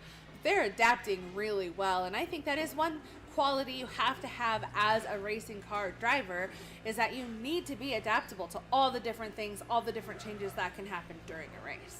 Absolutely. Looking at the board right now, it looks like we have a battle for fourth. That's Sabelski and Bechtel, 2 veterans here of this racing series, battling head-to-head. We know both of these guys are super fast, super competitive, and it looks like they're swapping spots for fourth. They are not giving each other any room. Look at how close Benjamin is to the rear bumper of Bechtel. He is definitely putting that There's pressure Zabelski. on Zabelski. But finding that opportune moment to pass is going to be key because they are still managing these tires. Now, I want to say that Bechtel's tires are going to be more acclimated. They are warmer because Sabelski did just pit, Yep. so that could be an advantage for Bechtel. Definitely alternate pit strategy between these two drivers, so who knows where they will end up after they do their next pit stop, because like we've heard from most of the drivers, all of these guys have at least one more pit stop before the end of this race. But both of these guys know, even if they're not on the same pit schedule, they want to try and get that track position and pass each other, so it's just a who can make the least amount of mistakes possible. Exactly. And, you know, once you're getting in front in that clean air, being able to widen that gap between the cars behind you so that you do have time to pit and not come back into the race at a lower position. Absolutely. Look at that. We got Bechtel on the outside there, going to have the inside line And he go made a through the clean turn, pass. and he makes the overtake on Sabelski. That is what we like to see. We know he's fast. He had the fastest lap. It was beat by Christian, but we know Benjamin's really fast. We do know. We definitely know that. Anybody joining us, Benjamin with DRS has had an awesome record for speed, for consistency. He is definitely, For practice, yes, for practice. They put in a lot of time. These drivers don't just show up today and are good drivers. So shout out to all of our drivers who, put in the work. We're glad you're with us. absolutely. In chat, let us know who are you cheering for, because I think we should start getting some trivia going here We soon. should. We definitely should. So chat, let us know. Which team do you want to give extra points to?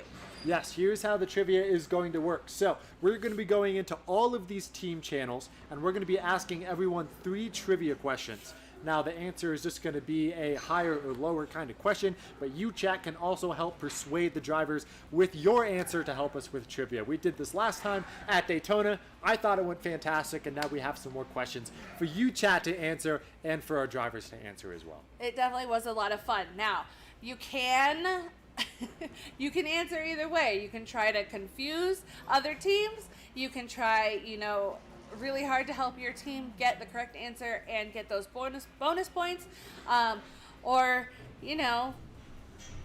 come up with some of your own higher or lower questions. We'll definitely relay Absolutely. that to the teams. Chat, we want to see you. Let us know. And as we are still on board with Bechtel, looks like he is kind of pulling a gap there on Sabelski, so it looks like he has the pace. He definitely does. I think he's got his tires warmed up, and now he's trying to close that gap between him and the third place Christian Martinez. Any Full Throttle Racing fans in the chat? Let us know. Any OK Motorsport fans in the chat? Let us know.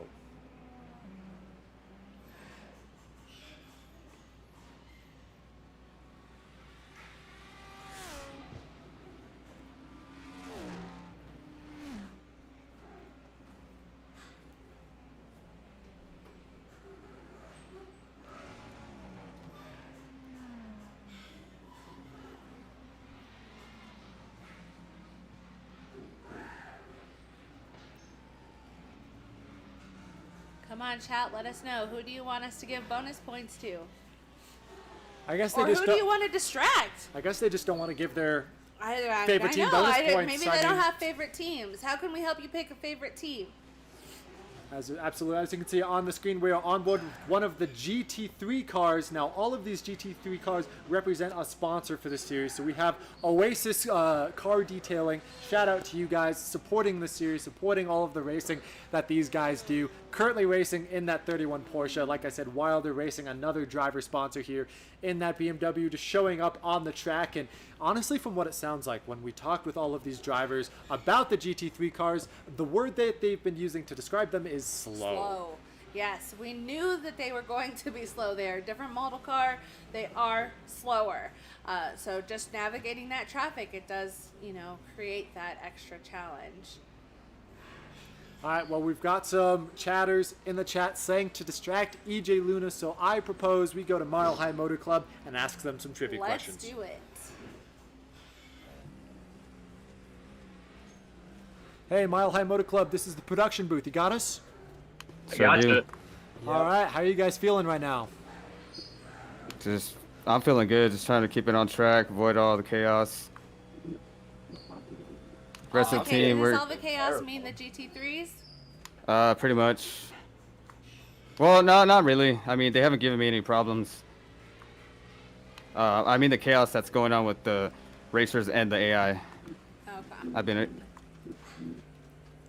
Yeah, we've definitely seen a lot of chaos there, but what we want to do is we want to ask you guys some trivia questions for some bonus points. Now I'm going to ask you guys 3 questions, and they're all going to be higher or lower, and then we're also going to be feeding you guys the information as to what chat thinks so that they can help you guys out with your answers. So anyone on your team can answer these questions, and then whatever gets the most amount of answers will be your answer. Sound good?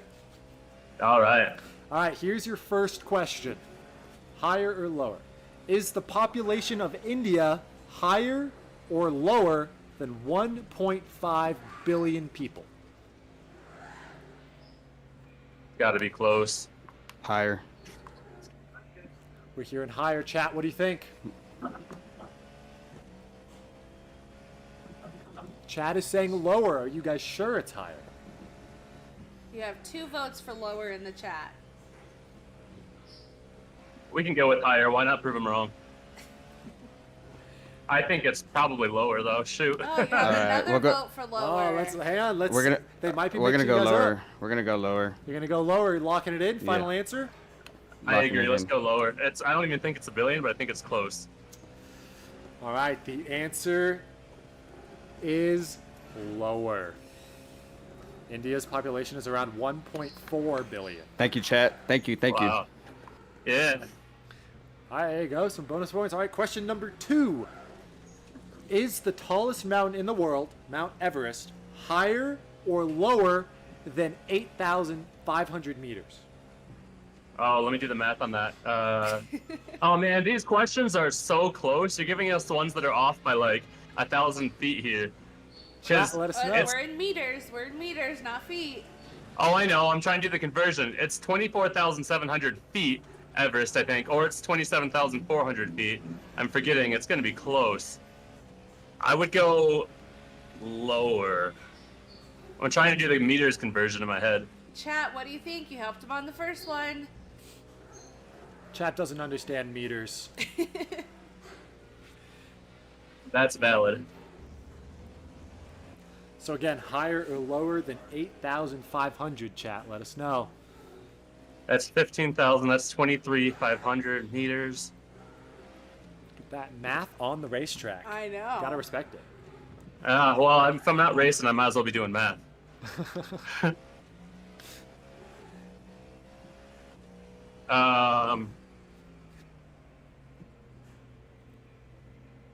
Oh wait, hold on. You said meters?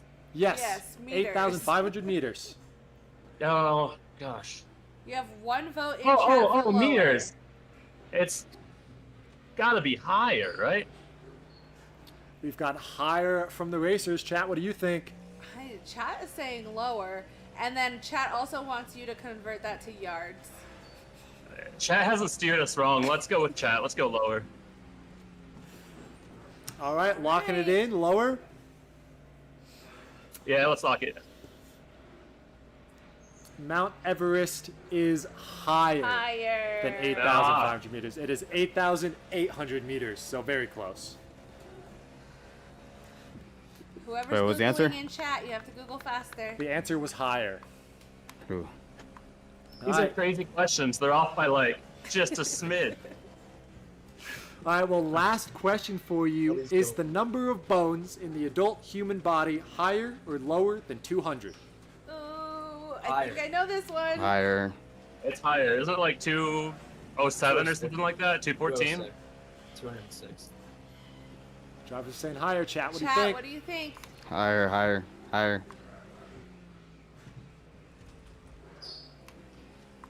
Jay sounds confident.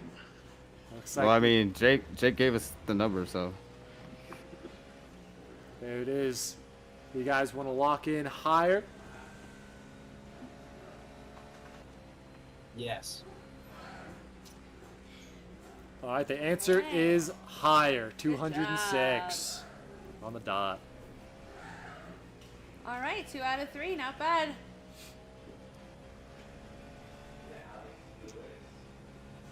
All right, guys. Well, we're going to let you guys get back into the race. I know we've got about an hour left here. Any final thoughts, any messages to your fans, any hints on strategy? What should we be looking for and listening for as this race comes to a close?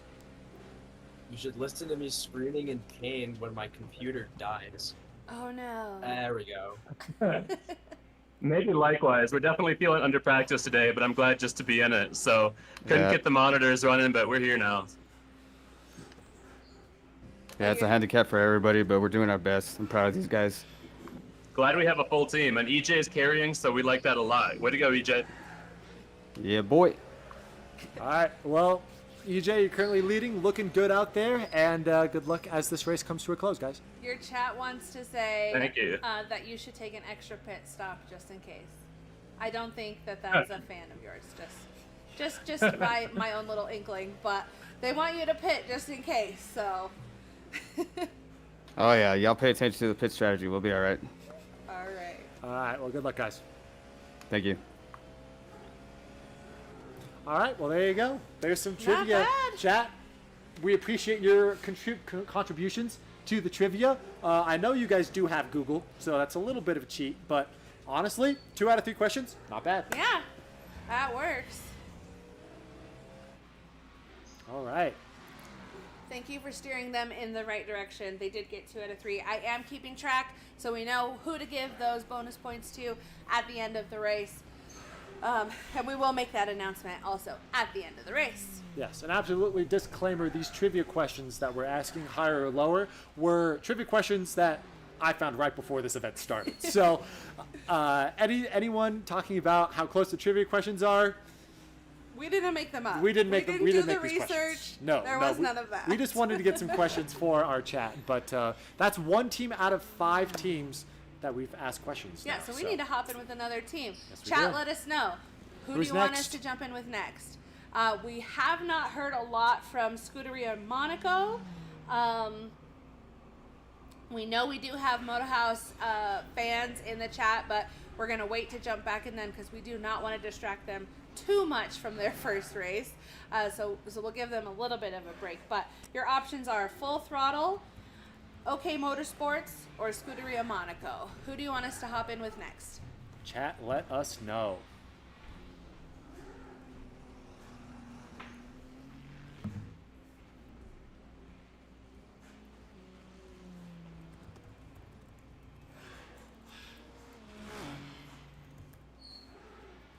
We are on board with Christian. Christian has been putting in some really solid lap times. Like we said earlier, he got the fastest lap from Benjamin, and he's looking really quick in that Ferrari. Yeah, he definitely is. All right, chat is asking us to go in with Monaco. All right. We're going to hop in with Team Monaco and ask them some trivia questions.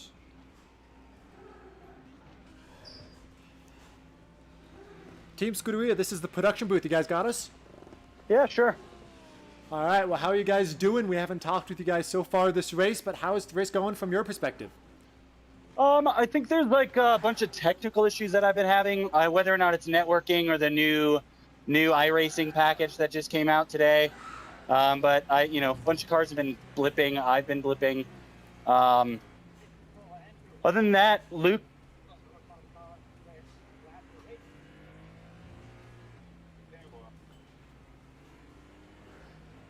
I don't know what they were saying there. Sorry, it interrupted me. I'd like to shout out Lucas for hopping in as our reserve driver. He's been driving really great tonight. Yeah. I appreciate that. I've been watching you guys putting in some good laps, but here at the commentary No, I booth, spun again. Oh no! Oh, Was that a lockup or did you hit somebody? no, I just locked up. I'll do my drive-through penalty now. All right, well, while you're going through that drive-through, we wanted to ask you guys some trivia questions for some bonus points with some chat interaction. I'm going to ask you guys 3 questions. The answers are either going to be lower or higher, and based on how many questions you get right, you'll get some bonus points for your team. All right. Great. All right, well, here's your first question. Is the speed of a cheetah higher or lower than 60 miles an hour? Higher. Higher. No. Yeah, higher. Yep, higher. Chat, what do you I think? think it's like mid-70s or something like that. Are you That sure? could be I thought it was like kilometers. 45. Are we sure? Your chat says higher. 2 votes for higher in the chat. Yeah, let's say higher. All right, they're going with All higher. right, locking it in. Higher, lower. The answer is higher. The cheetah can Okay, run good. speeds Right on. up to 70 miles an hour. Woo, you're 1/3 closer to bonus points. All right, question number 2. Is the number of countries in Africa higher or lower than 50? Lower. I'm thinking lower. There's a lot of countries in Africa, but I don't think it's above 50. It is not. There's no way. Chat, let Yeah, us know. lower. Yeah, lower. Any geography buffs in chat?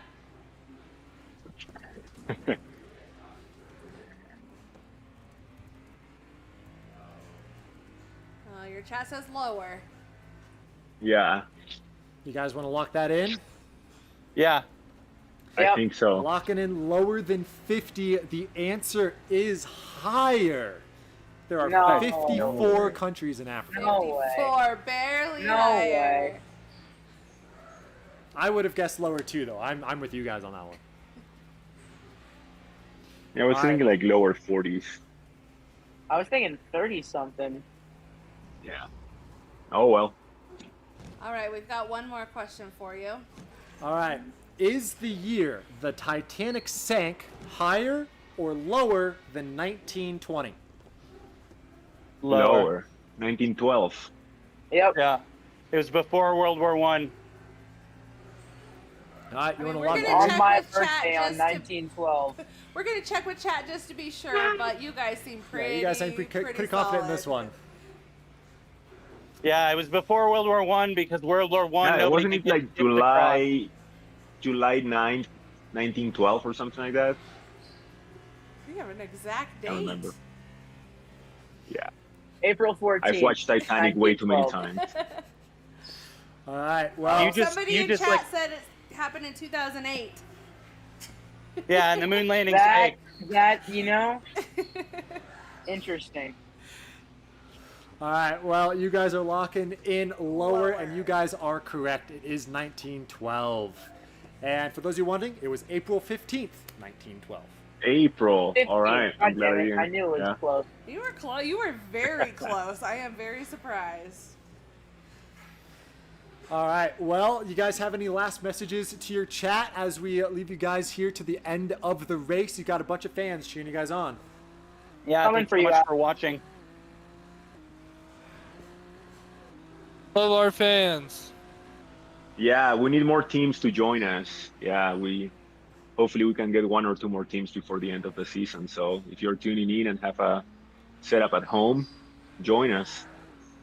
This is true. Definitely. Oh, Bryson, go ahead. We also have some sims here in the clubhouse. If you don't have a sim at home, we do have some empty sims that you could take. Yes, and Bryson, Awesome. team principal, any last words? You know, we got a long race. We're gonna see what we can do. It's been a rough one on my end, but the team's been doing a great job. I know with David being out and Lucas hopping in, he's done awesome as a rookie. You know, stepping in for us, especially when we were down a man. So big shout out to him. And then, you know, these leaders, they're always quick. You know, some of these new guys look like they're putting up a challenge, so hopefully it's exciting for everybody. But yeah, besides that, hopefully everyone has a great rest of the race. Awesome. Thank you. And we also want to just give well wishes to David. Hope your recovery is quick and you can join us again soon. I'm hoping and planning to be back for Long Beach. So yeah, a couple more weeks on the crutches and on my way to getting stronger. Thank you. Awesome. All right. Well, good luck, guys. Thank you so much. All right. Well, this is fun. This is fun. What do you think, chat? Yeah. How's everything going? And how are the questions? Let me know how the questions are. I'm doing some immediate research right now. as to these things because ChatGPT has not given me the most accurate answers, believe it or not. Uh-oh. Yeah. Now you should be able to see on your stream, there is a camera right now on Dominic who is downstairs in the full motion sim here at the clubhouse. Let's see, he is currently in 8th place with Full Throttle Racing. And you can see it. It is difficult to be driving this track in that full motion sim.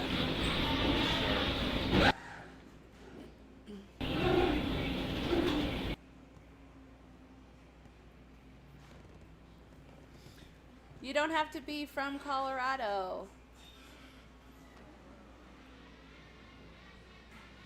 Yes. Chatter, if you have a sim at home, we can figure out how to get you on a team. Absolutely. Yeah, just make sure you message Denver Racing Social anywhere where you follow Denver Racing Social. We are trying to get a lot more people into this event, and if that is something you are interested in, please just reach out and let us know. Yeah, we'll definitely work with you and figure out how to make it work. We will make it a team. We do have a team who's missing a driver. If you just want to be on that team, if you have a sim at home, we can talk logistics. Just send us a message, and we'll get back with you. But you get paid for every race. Keith asks, do you guys host any races Thursdays or Fridays? All of our races are on Tuesday nights. Not at the moment. Currently, all of our races are on Tuesday nights. But Keith, stay tuned. All right, chat. I think it's time for some more trivia. Who should we hop in with? We still have to talk with OK Motorsports. We still have to talk with Full Throttle Racing. And we still have to talk with our newest team, Moto House GP. Let us know. Hi, if you typically race with Xavier, send us a message and we'll see what we can do to get you onto the team. Absolutely. I'm seeing messages for Full Throttle. That is Bechtel, who actually, looking at the racing now, it looks like EJ Luna has dropped from the lead. I don't know if that was a pit stop or not, but he just lost a ton of time on Benjamin and Dayton. We are on board with Dayton here. See what we can see from this replay.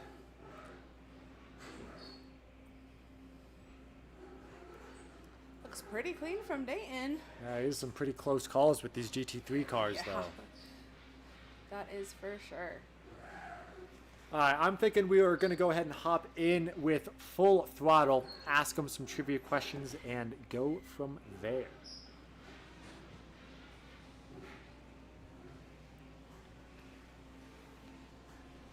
Hey, Full Throttle, this is the production booth. You guys got us?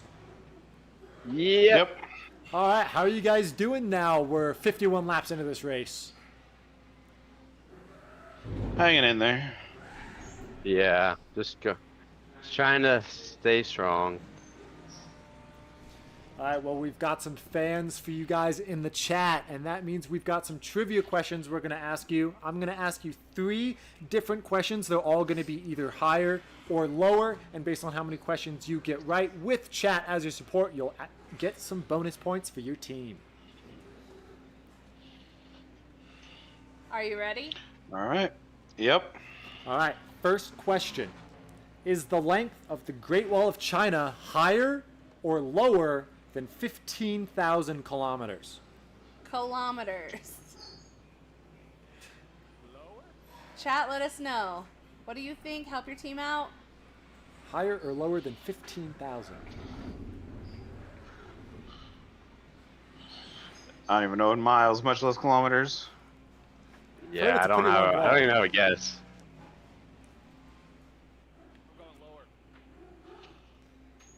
All right, we're hearing lower. Anything from our chat to help out your team?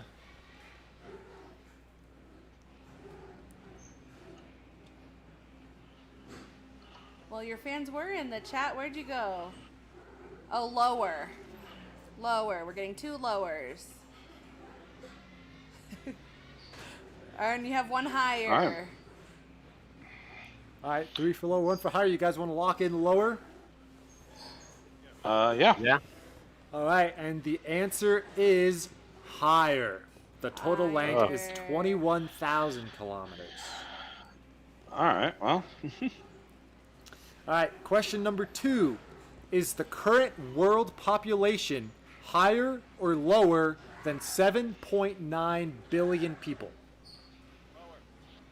Lower. We're hearing lower from the drivers. Chat, what do you think? What do you think? Current world population? Is it higher or lower than 7.9 billion? Chat is saying higher. I think it's 7.6 right now. You have 2 higher pretty sure and it's lower. 1 lower. All of chat is Another saying higher. higher. They could be messing with you guys. What do you have to say? You have one chatter, C. Breton, is saying higher and said higher again. I think they really want you to pick higher. Higher, another higher.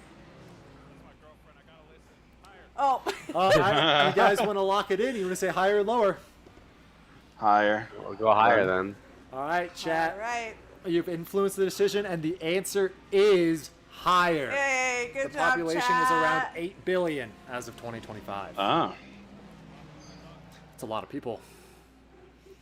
Oh, yeah, we had a Crafty Terry in chat say higher, 8 billion. Just came in a little late. But we have one question left for you so that you can earn those bonus points. All right, question number 3. Is the age of the Earth higher or lower than 4 billion years old? How old is Earth?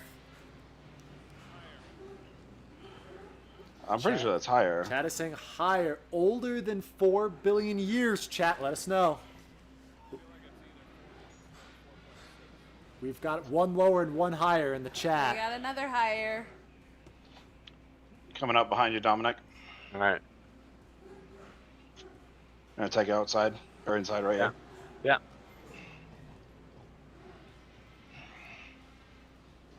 All right, chat is saying higher. Higher. You have I think it's quite higher. a few highers in chat. Guys want? All right, you want to lock it in at higher? The answer is higher. The Earth is 4.54 billion years old. All right, well, good job, guys. On the trivia there, we want to hear from the team principal here as the race is coming to a close. Do you have any last-minute messages to your fans in chat? Talk about your strategy. Any last words before we sign off, you guys? We're just trying to do the best we can with this all this new stuff coming at us all at once. Not a lot of time to practice. Just trying to survive is the goal. I think that's our strategy. Survive. All right. Dominic, how are you doing in that motion sim downstairs? Doing good. A little toasty, but other than that, fantastic. Heard it here first, a little toasty. Well, we can see we've got a camera on your full sim. Looks like you're very locked in, so we'll let you be, and good luck as this race comes to a close. Thank you.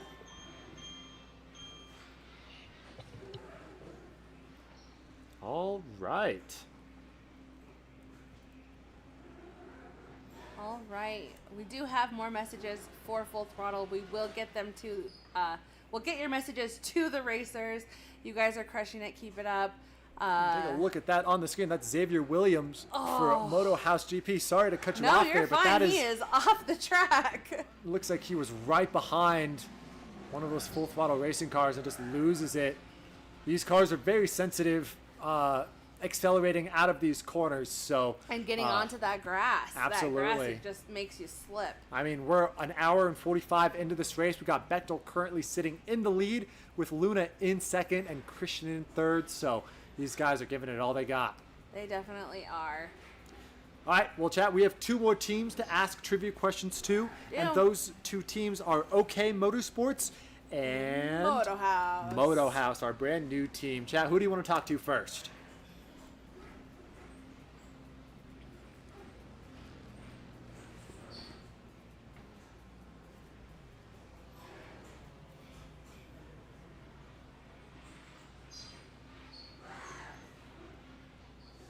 Moto. All right, let's go ahead and hop in with our newest team.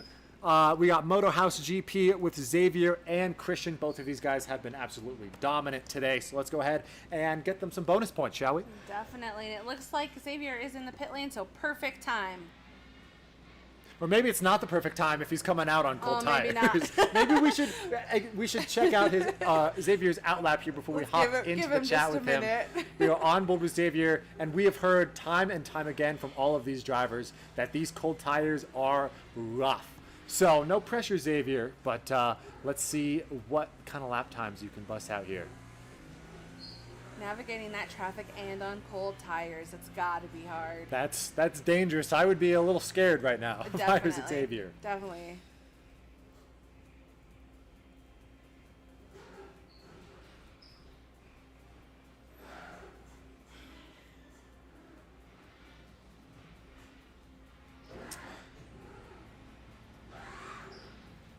Now, did he actually pit, or was this a drive-through Perhaps penalty? it was just a drive-through. Oh, he was just serving his penalty. He does have 19 instant points, so it does check out. Okay, let's go ahead and hop in with Moto House and ask him some trivia. Hey, Moto House, this is the production booth. You guys got us? Yep. Well, you guys have been putting on an excellent race. I mean, showing up as a new team, new drivers. You guys have been killing it. How has the racing been from your end? Okay. Awesome. I'm not the happiest with my performance. I've got a couple drive-throughs that I'm not proud of. Would like to not have for the next race, but you know, we take it as it comes. All right, well, we are talking with chat, and we are going to be presenting you guys the option to answer some higher or lower questions for some bonus points. So I'm going to ask you 3 questions. The answer is either going to be higher or lower, and we'll let you guys know what chat is thinking to help you guys out. How's that sound? All right. Yeah. All right, here is the first question. Is the number of planets in our solar system higher or lower than 10? Jesus Christ. Higher. I am R-worded. Am I allowed to say the R word? Higher than 10. Higher than 10. Higher. I believe it's higher because Xavier said it's higher. The number of planets in our solar system, higher or lower than 10? Your chat is saying lower. Okay, then I guess it's lower. Hey, to be fair, chat, these guys are racing. I would like to know how Yeah. many planets you think are in our solar system if there are more than 10. Oh, you know what's embarrassing is that I'm in the space industry and I don't know that question. I said higher. Does my answer count? Somebody said Pluto isn't a planet. Chat is Okay. all saying lower.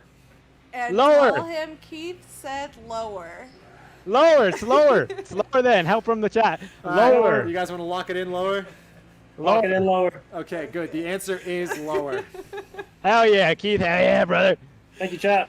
I would love Thank to you. hear what the I was additional really happy right planets now. are. I know. I would like to know the additional planets. That All would right, be well, fun. since you guys are so invested in the space, I have another space question for you guys. Yep. Is the distance from Earth to the moon Oh, higher or lower than 300,000 kilometers?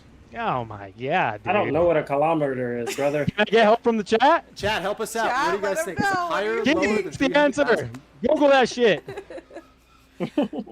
Chat, your Help out our racers new are team. asking you to Google. We're going to have to put a timer on this. Google What they fast. say, Keith? Answer, Keith.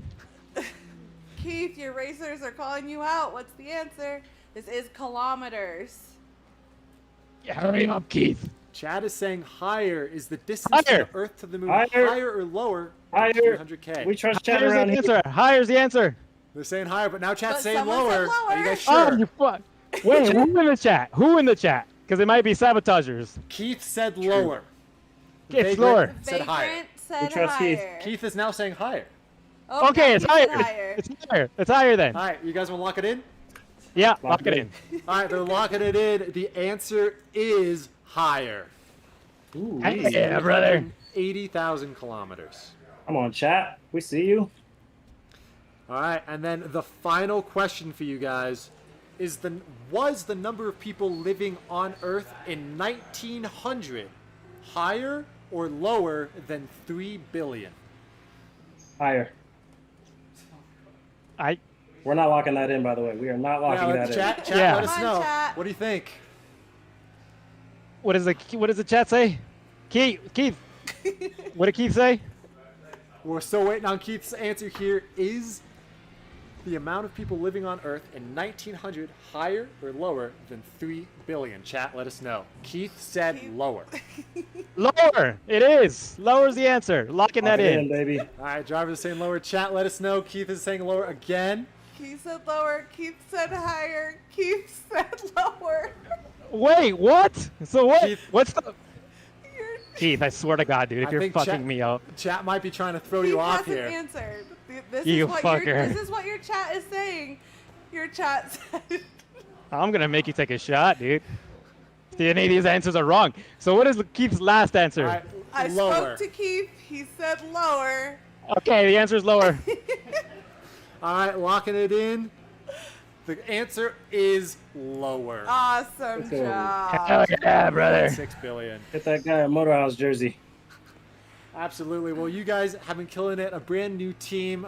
We've got 58 laps down on this race and still a lot of racing to go. Any last messages to your chatters, your fans, anyone who's cheering you on? Any last words? Hi, my baby Sarah. Love you. Yeah, love you, Madeline. Love you, Adeline, my daughter. Thanks to the team for watching. Thanks for the Awesome. support. Thanks for showing the love. And I would like to point out, so far, you are the only team to get all 3 of your trivia questions correct. Hell yeah, brother. We have to thank Keith for that. Thanks, Keith. Yeah, there you go. All right. Well, good luck for the rest of the race, guys. We'll be watching you guys race. Good luck. Hey, if you get a chance to talk to EJ, tell him Daddy's coming. I'm on his ass. All right. Message to EJ. Daddy's coming. Noted. All right. Good luck, guys. Thank you. All right. All right. Well, they shout out are Keith. having fun. And Yeah. thank you, chat. Absolutely, Keith, helping out your team. That's all you, man. All you, Keith. That's awesome stuff.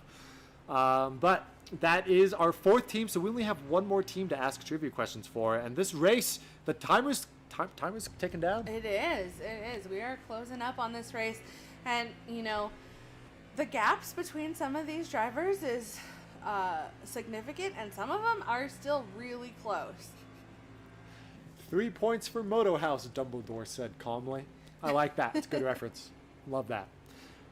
All right, who is our last team that we haven't talked with yet? I think it's OK Motorsports. So that's yeah. Brian Sabelski and Alex Lewis. Alex currently sitting in 15th. Sabelski sitting in 3rd. Let's go ahead, hop on with them, and then chat. Our last time, we want you guys to help us out with these trivia questions to score these guys some points. Looks like Dayton is trying to pass Sabelski. Perhaps we should let Harrison here focus on this pass here, as we have Zabelski under pressure from Dayton here. Or chat if you'd like. We could jump in with Zabelski and try to distract him. It does look like he's defending pretty hard, though, so...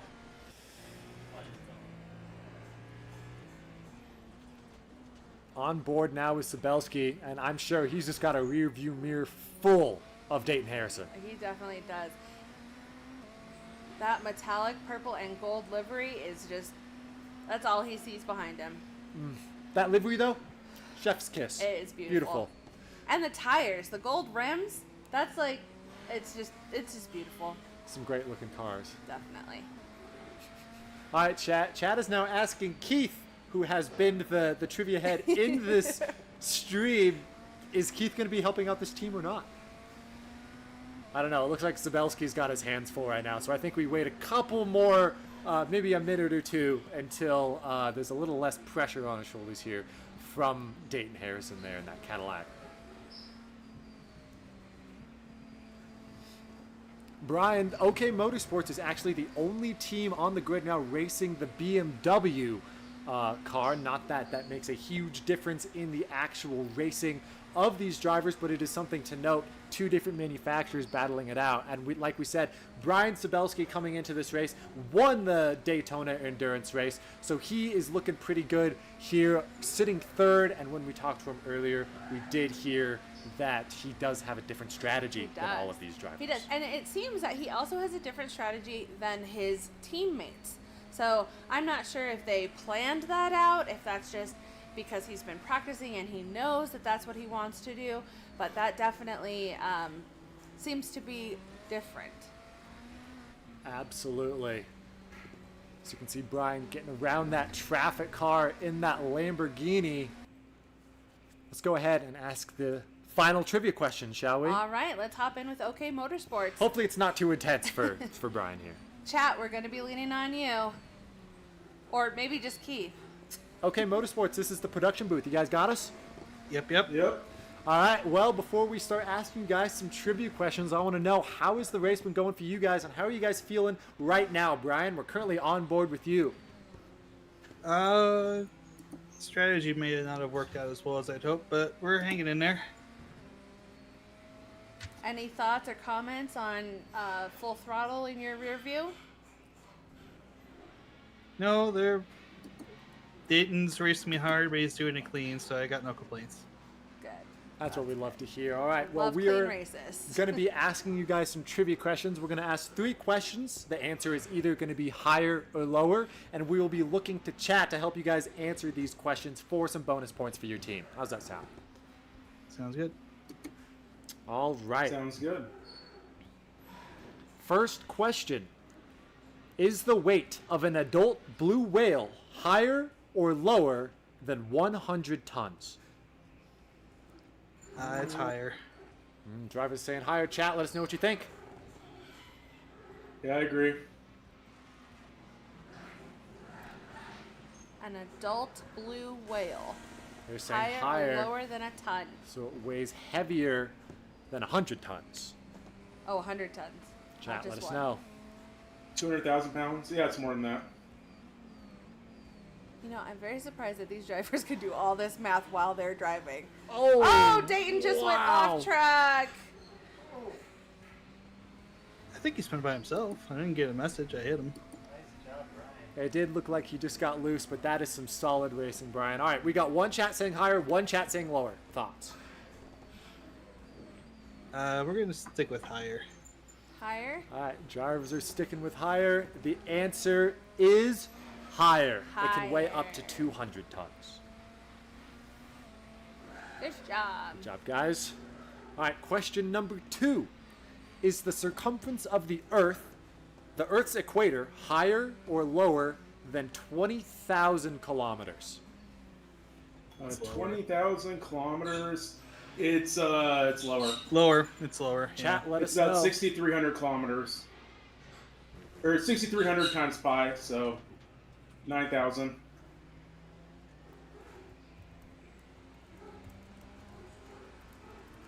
Let's hear from you, chat. We are fact checking that other one, Keith. Oh, we wait. see your message. Wait, no, wait, 1 second, 1 second. Yes, the question no. is yes. Oh, it's higher, it's higher. Chat is saying higher than 20,000 kilometers. Chat, what do you have to say about that? Thoughts? The diameter is 12,000 times 3. Yeah, it's higher. Your chat is saying higher. All right, you guys want to lock in higher? You said circumference, right? Yes. Yep, it's higher. All right. Locking it in, the answer is higher. Awesome That is job. correct. Good job. It's around 40,000 kilometers in circumference, in kilometers. All right. Well, you got both of those right. We got one more question for you guys. Is the number of languages spoken in the world today higher or lower than 6,000? Lower. Well, that's a good one. Drivers are saying lower. Chat, what do you think? Higher or lower? Last question of the night. Chat is saying Chat lower. says lower. I think it's lower, but it's not much lower. It's about 2,000, 3,000.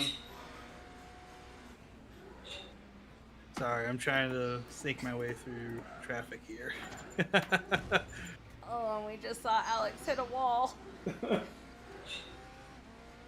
And I'm trying to dredge up my my trivia knowledge. So All right. All right. Well, you guys want to lock it in. The question was, is the number of languages spoken in the world today higher or lower than 6,000?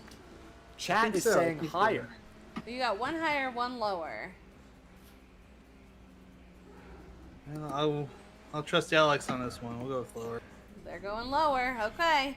We're going to go with lower. Locking it in. The answer is higher. Wow. There are 7,100 languages spoken in the world today. There's a lot of very small number of languages, which is what I was trying to think about how many there are, because I knew there's a lot. Oh, instant head. Sorry. Okay, we're good. All right. Well, that was the last trivia question of the night. Now, you guys got a lot of fans in the chat. Any messages to them? Anything else to say as this race comes to a close? We've got around 25 minutes left in this race. How are you guys feeling? How this race has gone and how you think it's going to go? Pretty good. Feeling pretty good. Heard it here first. They're All feeling right. pretty good. All right. Well, good luck, guys. As this race comes to a close, we'll be cheering you on, and good racing so far tonight. Thank you much. So much. All right, well, there you go. All of the teams missed one question except for one. Except our new team, Moto House. Look at that. Moto House got a lot of help in the chat, so all you guys in the chat, did. thank you for contributing to that, but we have got a lead battle on our hands here. We've got Christian for Moto House chasing down EJ Luna for the lead. This is so exciting. I'm so excited. It is so excited. Chat, let us know. Who do you want to take that first race Look at that. lead? Christian looking on the inside here of that Cadillac. Down the straightaway here. They are fighting for that position.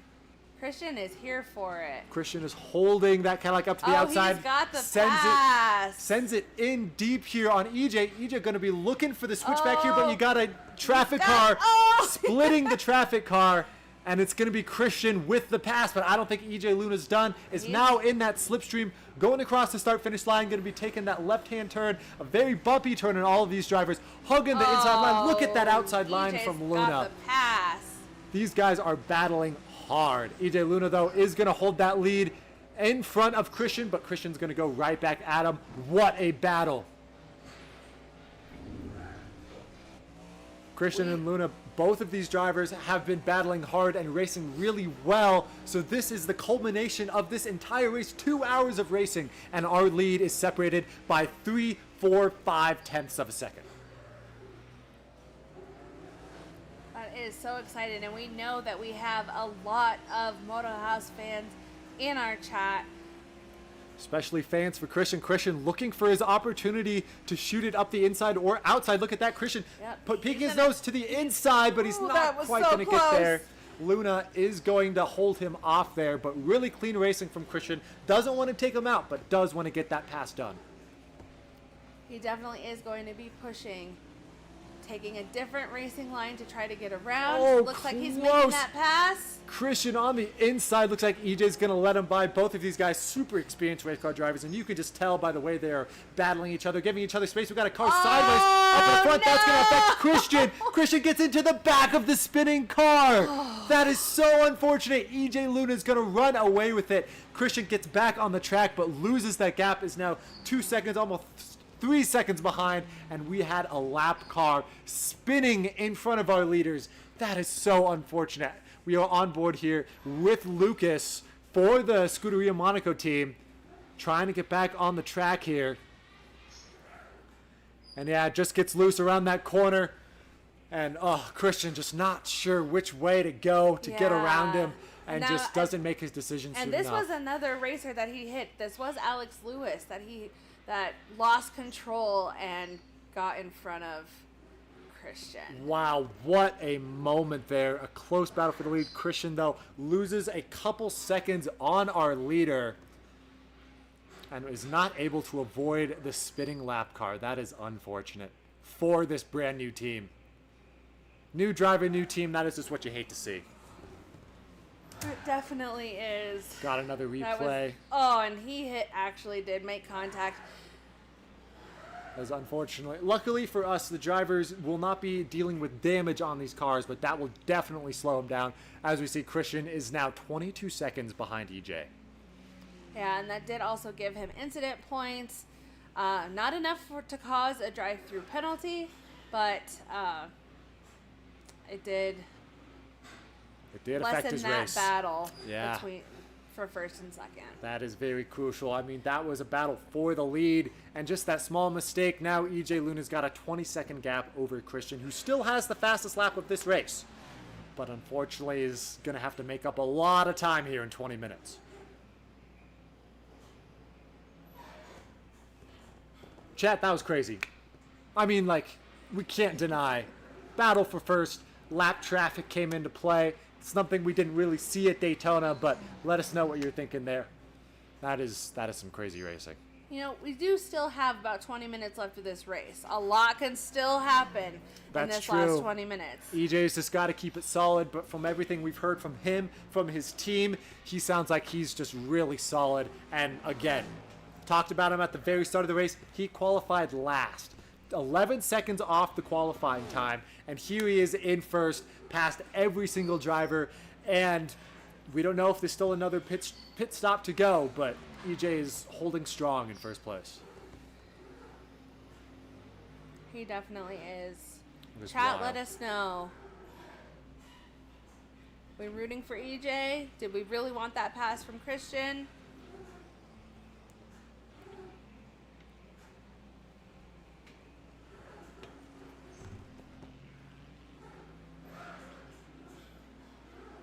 We are on board with Anthony Monaco for Scuderia Monaco. I guess he fits into that team pretty well. Yeah, just a little bit. Just a little bit, yeah.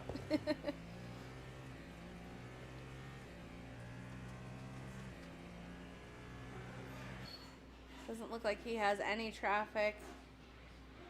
He But- is a few laps behind.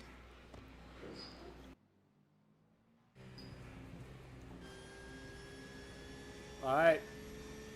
Now we are on board with the Porsche. Now this is a GT3 car, and all of these GT3 cars that you see racing around this circuit are all sponsored cars. As of right now, we are currently on board the Porsche 911 for Oasis Car Detailing, one of our driver slash broadcast sponsors for the series. If that is something you're interested in, there is a very easy way to get your name and your brand out on this racing series in the form of these AI traffic cars, and I think that's a really cool idea. It is. It is a great idea, and it's affordable. you can sponsor a driver. It's only $20 a race. You can get your own car out here. Let us know what company you're with, and we'll promote it for you. Thank you, Oasis Car Detailing, for supporting our broadcast challenge series and DRS and all of our drivers. We really appreciate you. Those of you watching, please check out Oasis Car Detailing, and yeah, thanks again. This is that Oasis Car Detailing is owned by Dayton Harrison, one of our drivers who we have been watching throughout this race, who does have a lot of fans in the chat. So thank you for supporting DRS. Absolutely. That just goes to show how much support that this racing series has. I mean, like, the sponsors supporting the drivers, supporting the broadcasters, supporting just DRS in general. Yes. So, yeah, some absolutely awesome people coming together to make this event super cool. So, props to you Thank guys. you. That's awesome.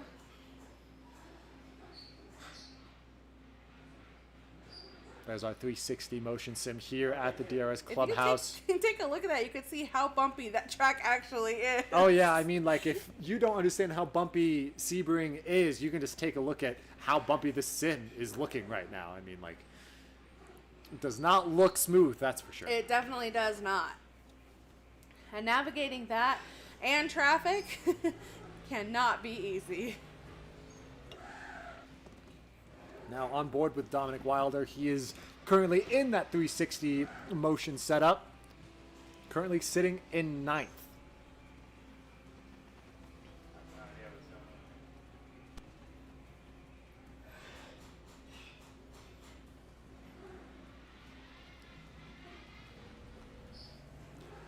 "15 minutes to go in this 2.5-hour endurance race.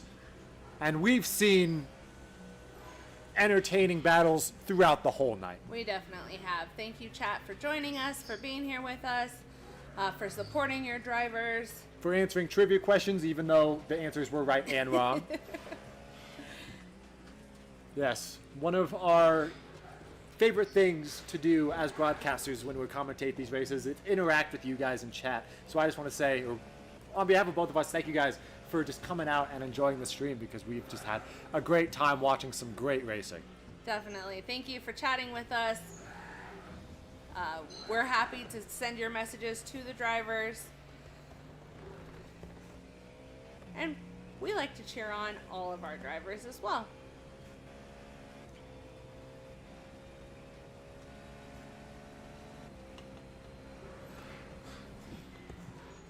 We are back on board with Dominic, who's going over the bumpy part of the track. You can see as he's racing, that full motion sim is bouncing around all over the place. That is the most bumpy part of this track.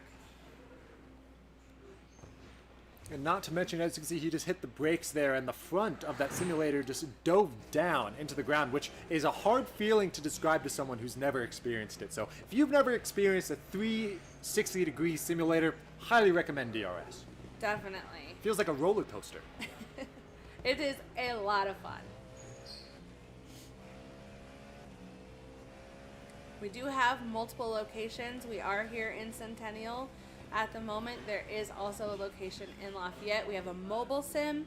If you have a birthday party or a work event that you want to, rent that out, we come to you.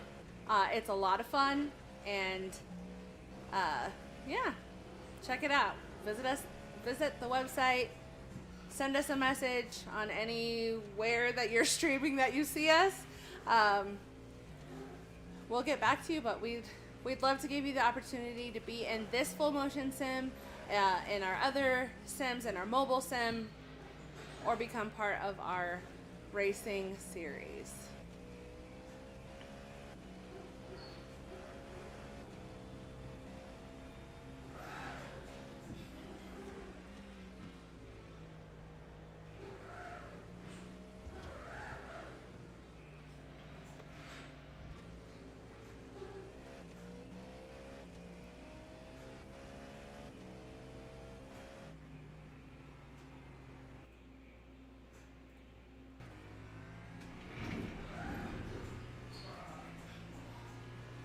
We are back on board with Xavier. It looks like he's just driving a clean lap. Yeah, I mean, we're at the point of the race now where any bad mistake from these drivers would absolutely throw them to the back of the order, and they don't want to do that. So I'm sure all of these drivers, along with the fatigue they felt for the last 2 hours and 15 minutes, are just going to try and drive these cars home. Definitely. You see, that was a Scuderia Monaco car on the outside there, getting passed by Xavier, who currently sits in 6th for that Moto House team, which we can't say enough about, has just been performing so well in this race. Definitely. Definitely. And it's good to see them. I haven't met these drivers yet, but they seem to be very passionate about the sport, and they're doing a really good job. We can't wait to see what they bring to the next race. Pretty good at trivia, too. Yeah. They've got some good fans in the chat helping them with the trivia. Got a fan of Dayton in the chat, currently sitting 5th.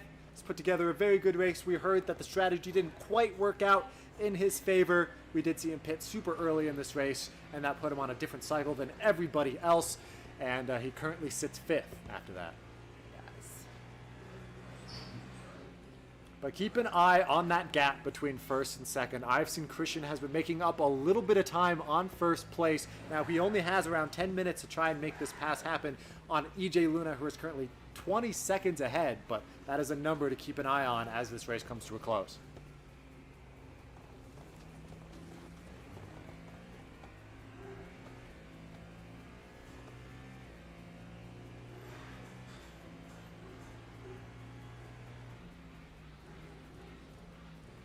You guys mind if I say a couple things? Mm-mm. Absolutely. All right. I'm just gonna kind of walk in here. Ugh. Let's see here. Ugh. I wanted to take a moment to say thank you to everyone who watches these broadcasts and these two right here. It means a lot to me that this is something worth watching, and these two are doing their part, making these streams very, very entertaining to watch. If I were up here, it would be everyone would have left 10 minutes into the race. Yeah. But I do want to say thank you, and thank you especially to our DRS members who are out there racing right now. We touched on this for a moment earlier, but to be a part of this, these are DRS members. They are part of our community here, so that's why we wanted to do this racing series to kind of highlight their skill set. And as you see, a lot of these drivers are really good. I wish I could be out there with them, but I would be 21st. I'd be way down there. But these guys are putting in a lot of work, a lot of practice, and a lot of those live practices that we were hosting earlier. They were in there almost every other night, and that's a huge amount of dedication. I'm in this building every single day, and I don't even have time to get in the sim myself. So for these guys to manage family, work, everything else, it means a lot that they're willing to put in the practice, make these races happen. And so yeah, thank you to our racers, thank you to our sponsors, Oasis, Simply Subarus, Wilder Racing. I really appreciate you guys for supporting this. The more sponsorship money we get, the easier it's going to be for us to open this up to people who aren't DRS members. So we kind of go nationwide with it, continue growing our audience. So for now, though, it's closed to our members, but it's not hard to become a member. With that said, so for $30 a month, you could be a part of this series, and as we mentioned, there's a $1,500 prize pot. Once our newest team gets 3 members on it, that's automatically going to jump up to $2,000, and then every team after that is going to increase the pot by $250. But there are team prizes or specific driver prizes as well. Really, we're just trying to make this entertaining for the audience. Racing, as I posted the other day, it's not historically the most fun thing to watch, especially if you don't have a racer in the race. It really just, I know you know all the damn racers for NASCAR, right? Like you are in that, and then you're here for every Formula One watch party. But I remember just getting into that, and a lot of people don't really watch IMSA racing. I believe that it is getting a lot more popular in these GTP class cars. In these multi-class races where it's easier to root for a team like AO Racing with their dinosaur car, Rexy, sorry, and then their GTD car out there too. Oh man, I forgot. They have their Dragon and their little T-Rex. So, but that's really opening up racing to a wider audience, kids, adults. They're making it fun. The first time I saw those cars, I was like, that's a little childish. But then to see their fanfare behind them, that's really what I'm trying to do with this series. That's why the trivia is not racing related. It's just supposed to be fun and engaging for the audience. So these guys are going to compete whether or not you're watching them. So to be able to rope you guys in, have this trivia, have you help out them with the points, means a lot. So as we roll into the last 5 minutes, I'd like to say thank you to all you who are watching, who put in the time, because these 3-hour streams are not, well, they're long, but super challenging for these Oh my, Xavier almost, I can't hold on to it. Wow. Yeah, and it's that easy, even in real life. So as that, what is that? OK Motorsports. But I gotta go because my computer's glitching. So thank you guys again, and thank you too. Thank you, Andrew. Thank you, Andrew. Oh. All right, like I just said, 5 minutes left in this race, and some bad news. Keith said it in the chat. Christian has crashed. Oh no! He dropped from second and is now in 6th. due to his game his game breaking. crash. That is heartbreaking. That is heartbreaking. Oh. Well, Christian, we are so sorry that your game crashed. We cannot wait for the next race because we know you're going to do great things. Oh, that is so unfortunate. He was racing so well. We saw him battling for the lead. Unfortunately, get taken out by a spinning lap car. He does have a chance to get back in if he can load his game back in so he can salvage this 6th or 7th place finishing position that he's currently in now. So that he can still get points for his team as yes, well. Absolutely. So, Christian, if you're listening, get back in as quickly as you can. It's just so tragic to see someone who could have walked away with the golden trophy. Yes. Unfortunately, get kicked out due to a game issue. That is just unfortunate to see. We are on the same internet too, because he's right across the unit. So when my computer glitched, he probably glitched too. Oh man, and we do see in the chat we have a fan for Benjamin to keep pushing. Benjamin Bechtel is currently in 3rd place. He was our pole sitter at the beginning of this race. He started in 1st place. He qualified really well. We'll let Benjamin know he's got a fan in the chat to keep pushing till the end. So let's see if we can hop on board with our leader here as we're coming down to the end of this race. 4 minutes to go, which will equate to around 2 or 3 laps depending on where they are on the track. But here is your leader for Mile High Motorsports. That is EJ Luna. Started in the back and now he's at the front winning this race. He definitely is, and he's put in the work to work his way back up the ranks to get through all the traffic, through all the other drivers to get that lead position. He's shown he has had some incredibly consistent pace here throughout this race, and he's just going to try and bring it home for his team. We talked with his team earlier today with the trivia, and they all sounded like EJ Luna was going to be the guy to beat today. They so definitely here he is did. in 1st. Yep. And you could tell he's been putting in the practice. He was in those practice sessions as well, putting in the time to, really work this track.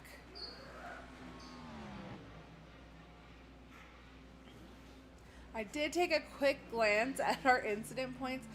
Unfortunately, we have a driver who has 117 incident points. That's a lot. That is a lot of incident points, but I mean, it's so much more than the second person with the most incident points. So Jacob Schiff really racing hard out there, you could say. Yes, yeah. And, we get those incident points by going off track, by hitting other cars. There's some other factors to get those incident points, but that seems to be quite a bit. As it does on board here with Jacob Schiff. Schiff. Just spins around coming out of that turn. Could be the tires, could be the car, but just trying to get back on track there. Doesn't look like a lockup. It just looked like the back of the car got out from underneath him, and it's just something you don't like to see. Getting back on the track. Oh, trying to can't quite keep it straight. Oh, it seems like he might be struggling with this, and if he didn't have as much practice today with this new tire, that could be definitely causing him some problems tonight. Now, luckily for him and his teammate is currently dominating this race. Yes. So when it comes to the team battle and the points battle, not a lot is lost there because as a team they are still performing very well. As we have got 1 minute left to go here on board with Brian Zabelski currently sitting 2nd, and after a interesting pit strategy still finds himself in front of this field. Place, I think you can just attribute that to pure pace and pure dedication. It definitely. Sometimes when you're racing, you don't always race the strategy you plan, but when you adapt and make the changes on the fly as you go, even with us hopping into their chats, they adapt to those changes, and seems like he may not be the happiest with it, but he is coping with it well. Absolutely, as we've got the race clock clicking down here of the 2 hours and 25 minutes of this race. is finally coming to an end. Jump on board with EJ. I'm going to jump on board with EJ here, our leader. Going to be crossing that start-finish line one We got more the time. checkered A flag. fantastic run for EJ, as you can see, feeling happy with his car. Crossing that start-finish line, and that is going to be some major points for that team and that driver. Definitely is. Go on his team chat. Go on. All right, let's go ahead and hop in with the team chat with EJ.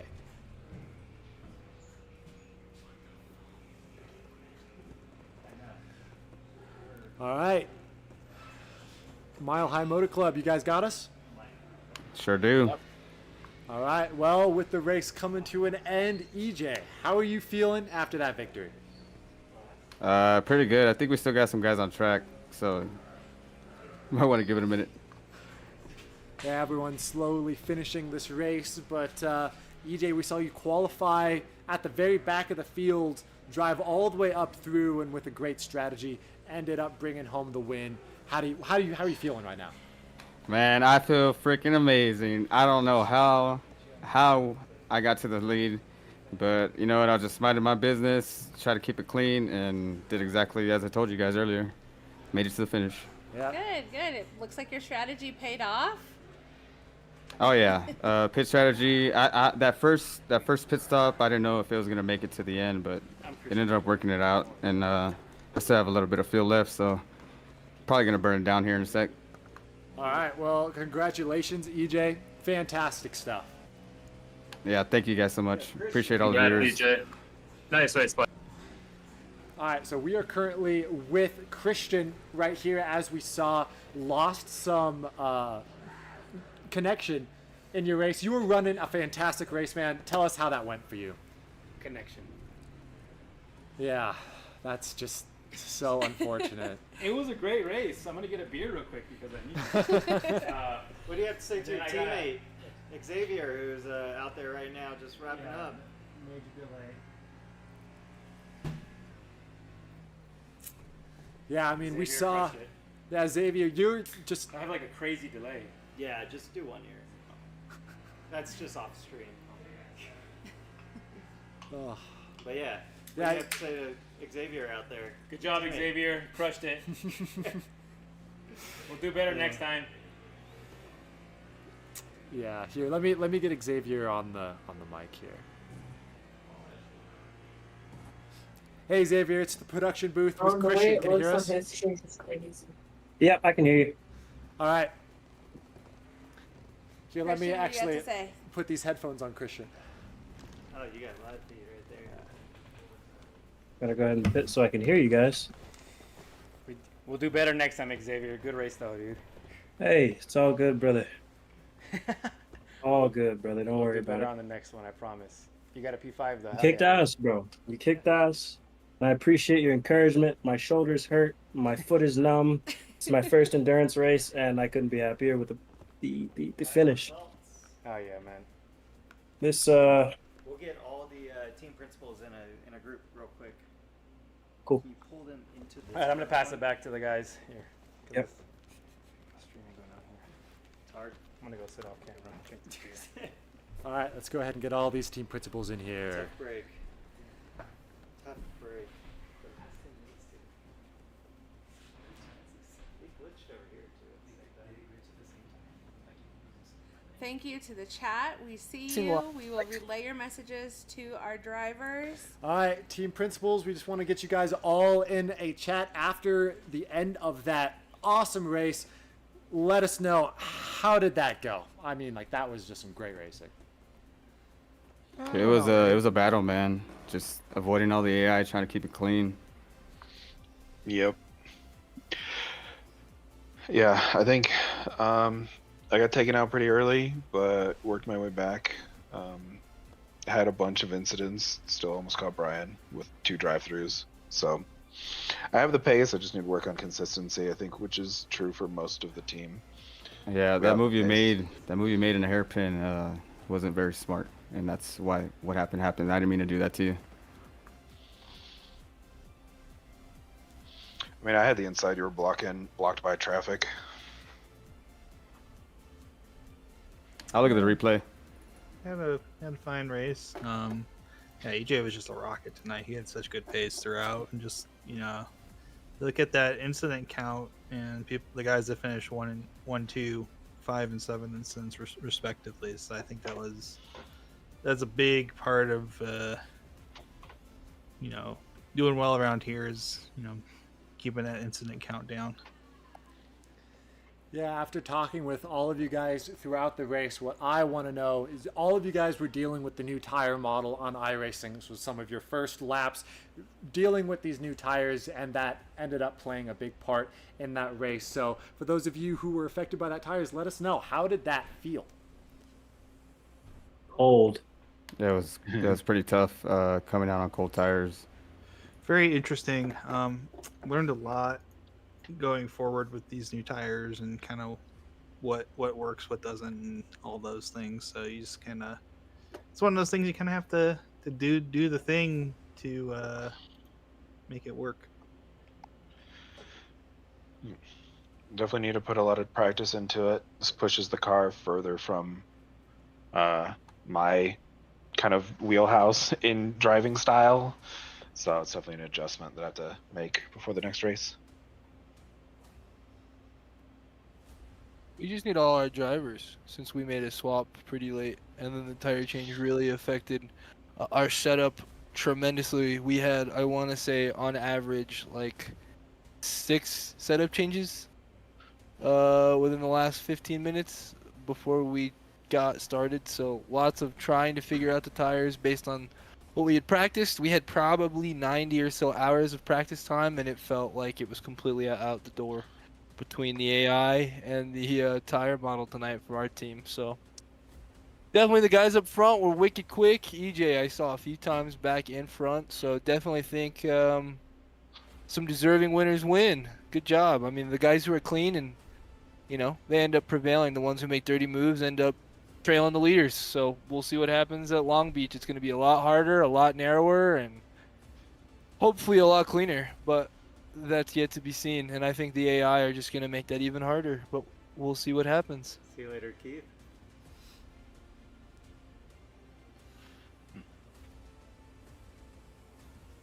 All right, we do want to. Oh, the chat's disappearing. We didn't check it fast enough. We did have some Benjamin fans in there. Said, I think Crafty Terry said, "Good job, way to work your way back up. Good job to every racer. Great race, Xavier." So we do have your chat in here. We try to relay those messages to you as best we can. And good job to everybody. It was a very exciting race to watch. And I have one last question for all the drivers that are in the chat right now, and that is, I hear myself. That's crazy. So yeah, my last question for you guys. We turned on, and you guys saw it when I set up the race. We put AI to avoid drivers at all costs. What would you guys say about that? Did they do what they were supposed to do? iRacing needs to work on that. Nah, man. I got around the AI just fine. Yeah. The idea for multi-class racing is that the GT3s hold their line. I had one. Yeah, there were yeah. a couple of times where it was a little wishy-washy going into some of the corners because it felt a little bit like sometimes it tried to predict a little too well about where you were gonna go, and then you would make your move and be kind of like, oh, okay, I'm gonna go back.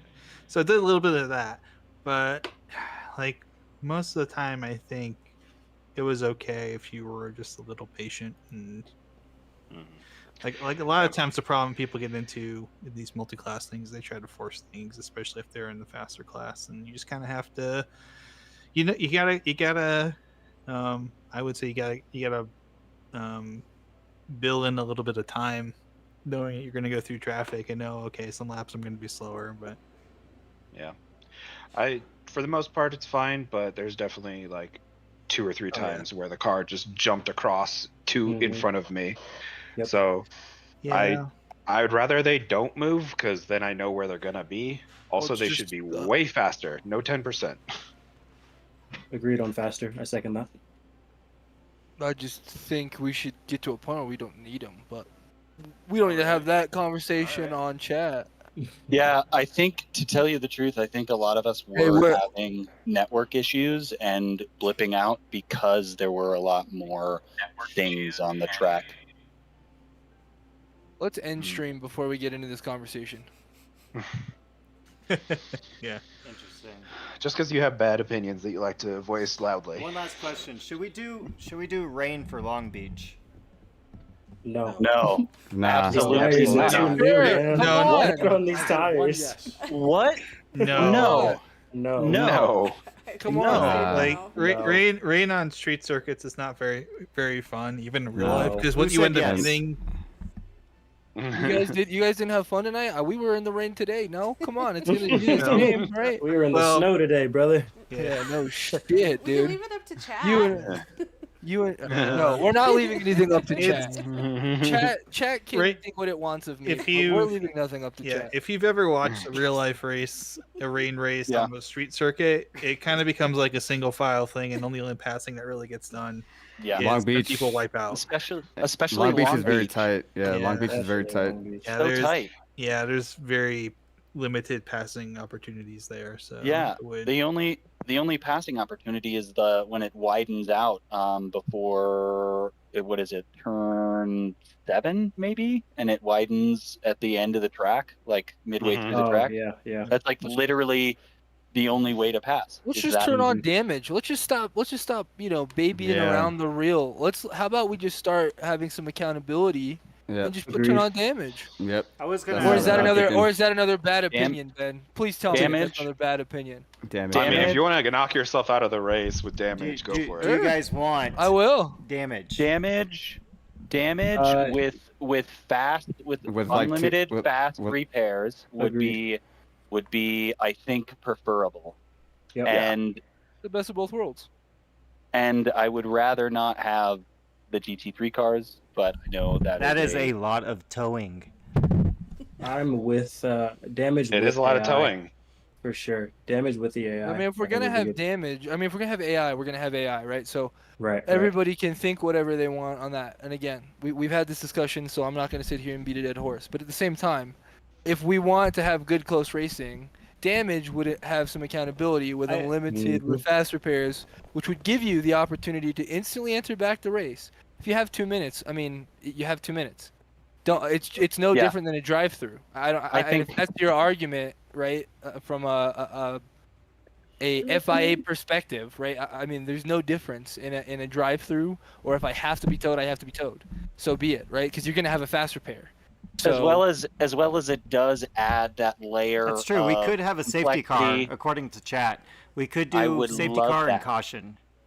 yeah, Yeah. Would love yeah. that. and then you Okay. actually Yes. also, if we're gonna do a rolling start, let's do the formation lap. Like, let's follow the regs Please. of IMSA. I thought we were rather- doing a Yeah. Right, Yeah. all, I thought all we of were us too. did, but like I don't know who's setting things up, but we need to make sure whoever that is. Yeah, I thought knows we what were they're doing that too. I think that was something up with iRacing. It That did is- from the that is- beginning. That's a setting. It's a setting that you Yeah. have to do as the administrator on the session. Yeah. It's not something in iRacing. Andrew, I think it actually might be set on the league itself, so you may have to for the Literally next sent few the video races. for the settings. Yeah, interesting. Because I thought it was I saw green, and then I was waiting for everybody to yeah. go around because I had computer issues before jumping in, and so I was in the pits and I was waiting for everybody to I start, think we were all and confused then on that. and then everybody just went. So I was like, okay, I guess it's time to go.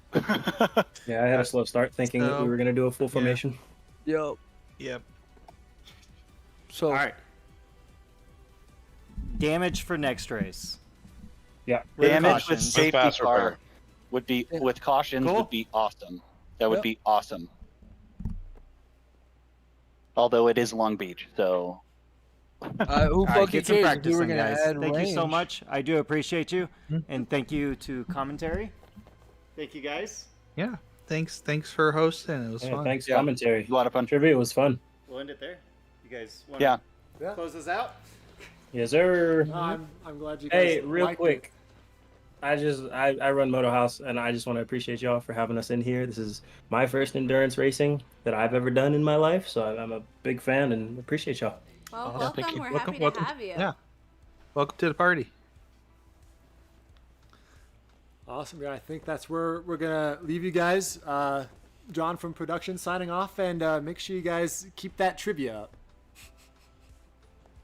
We'll let you know when the next race is. Follow us on all the socials, denverracingsocial.com, and we hope to see you next race.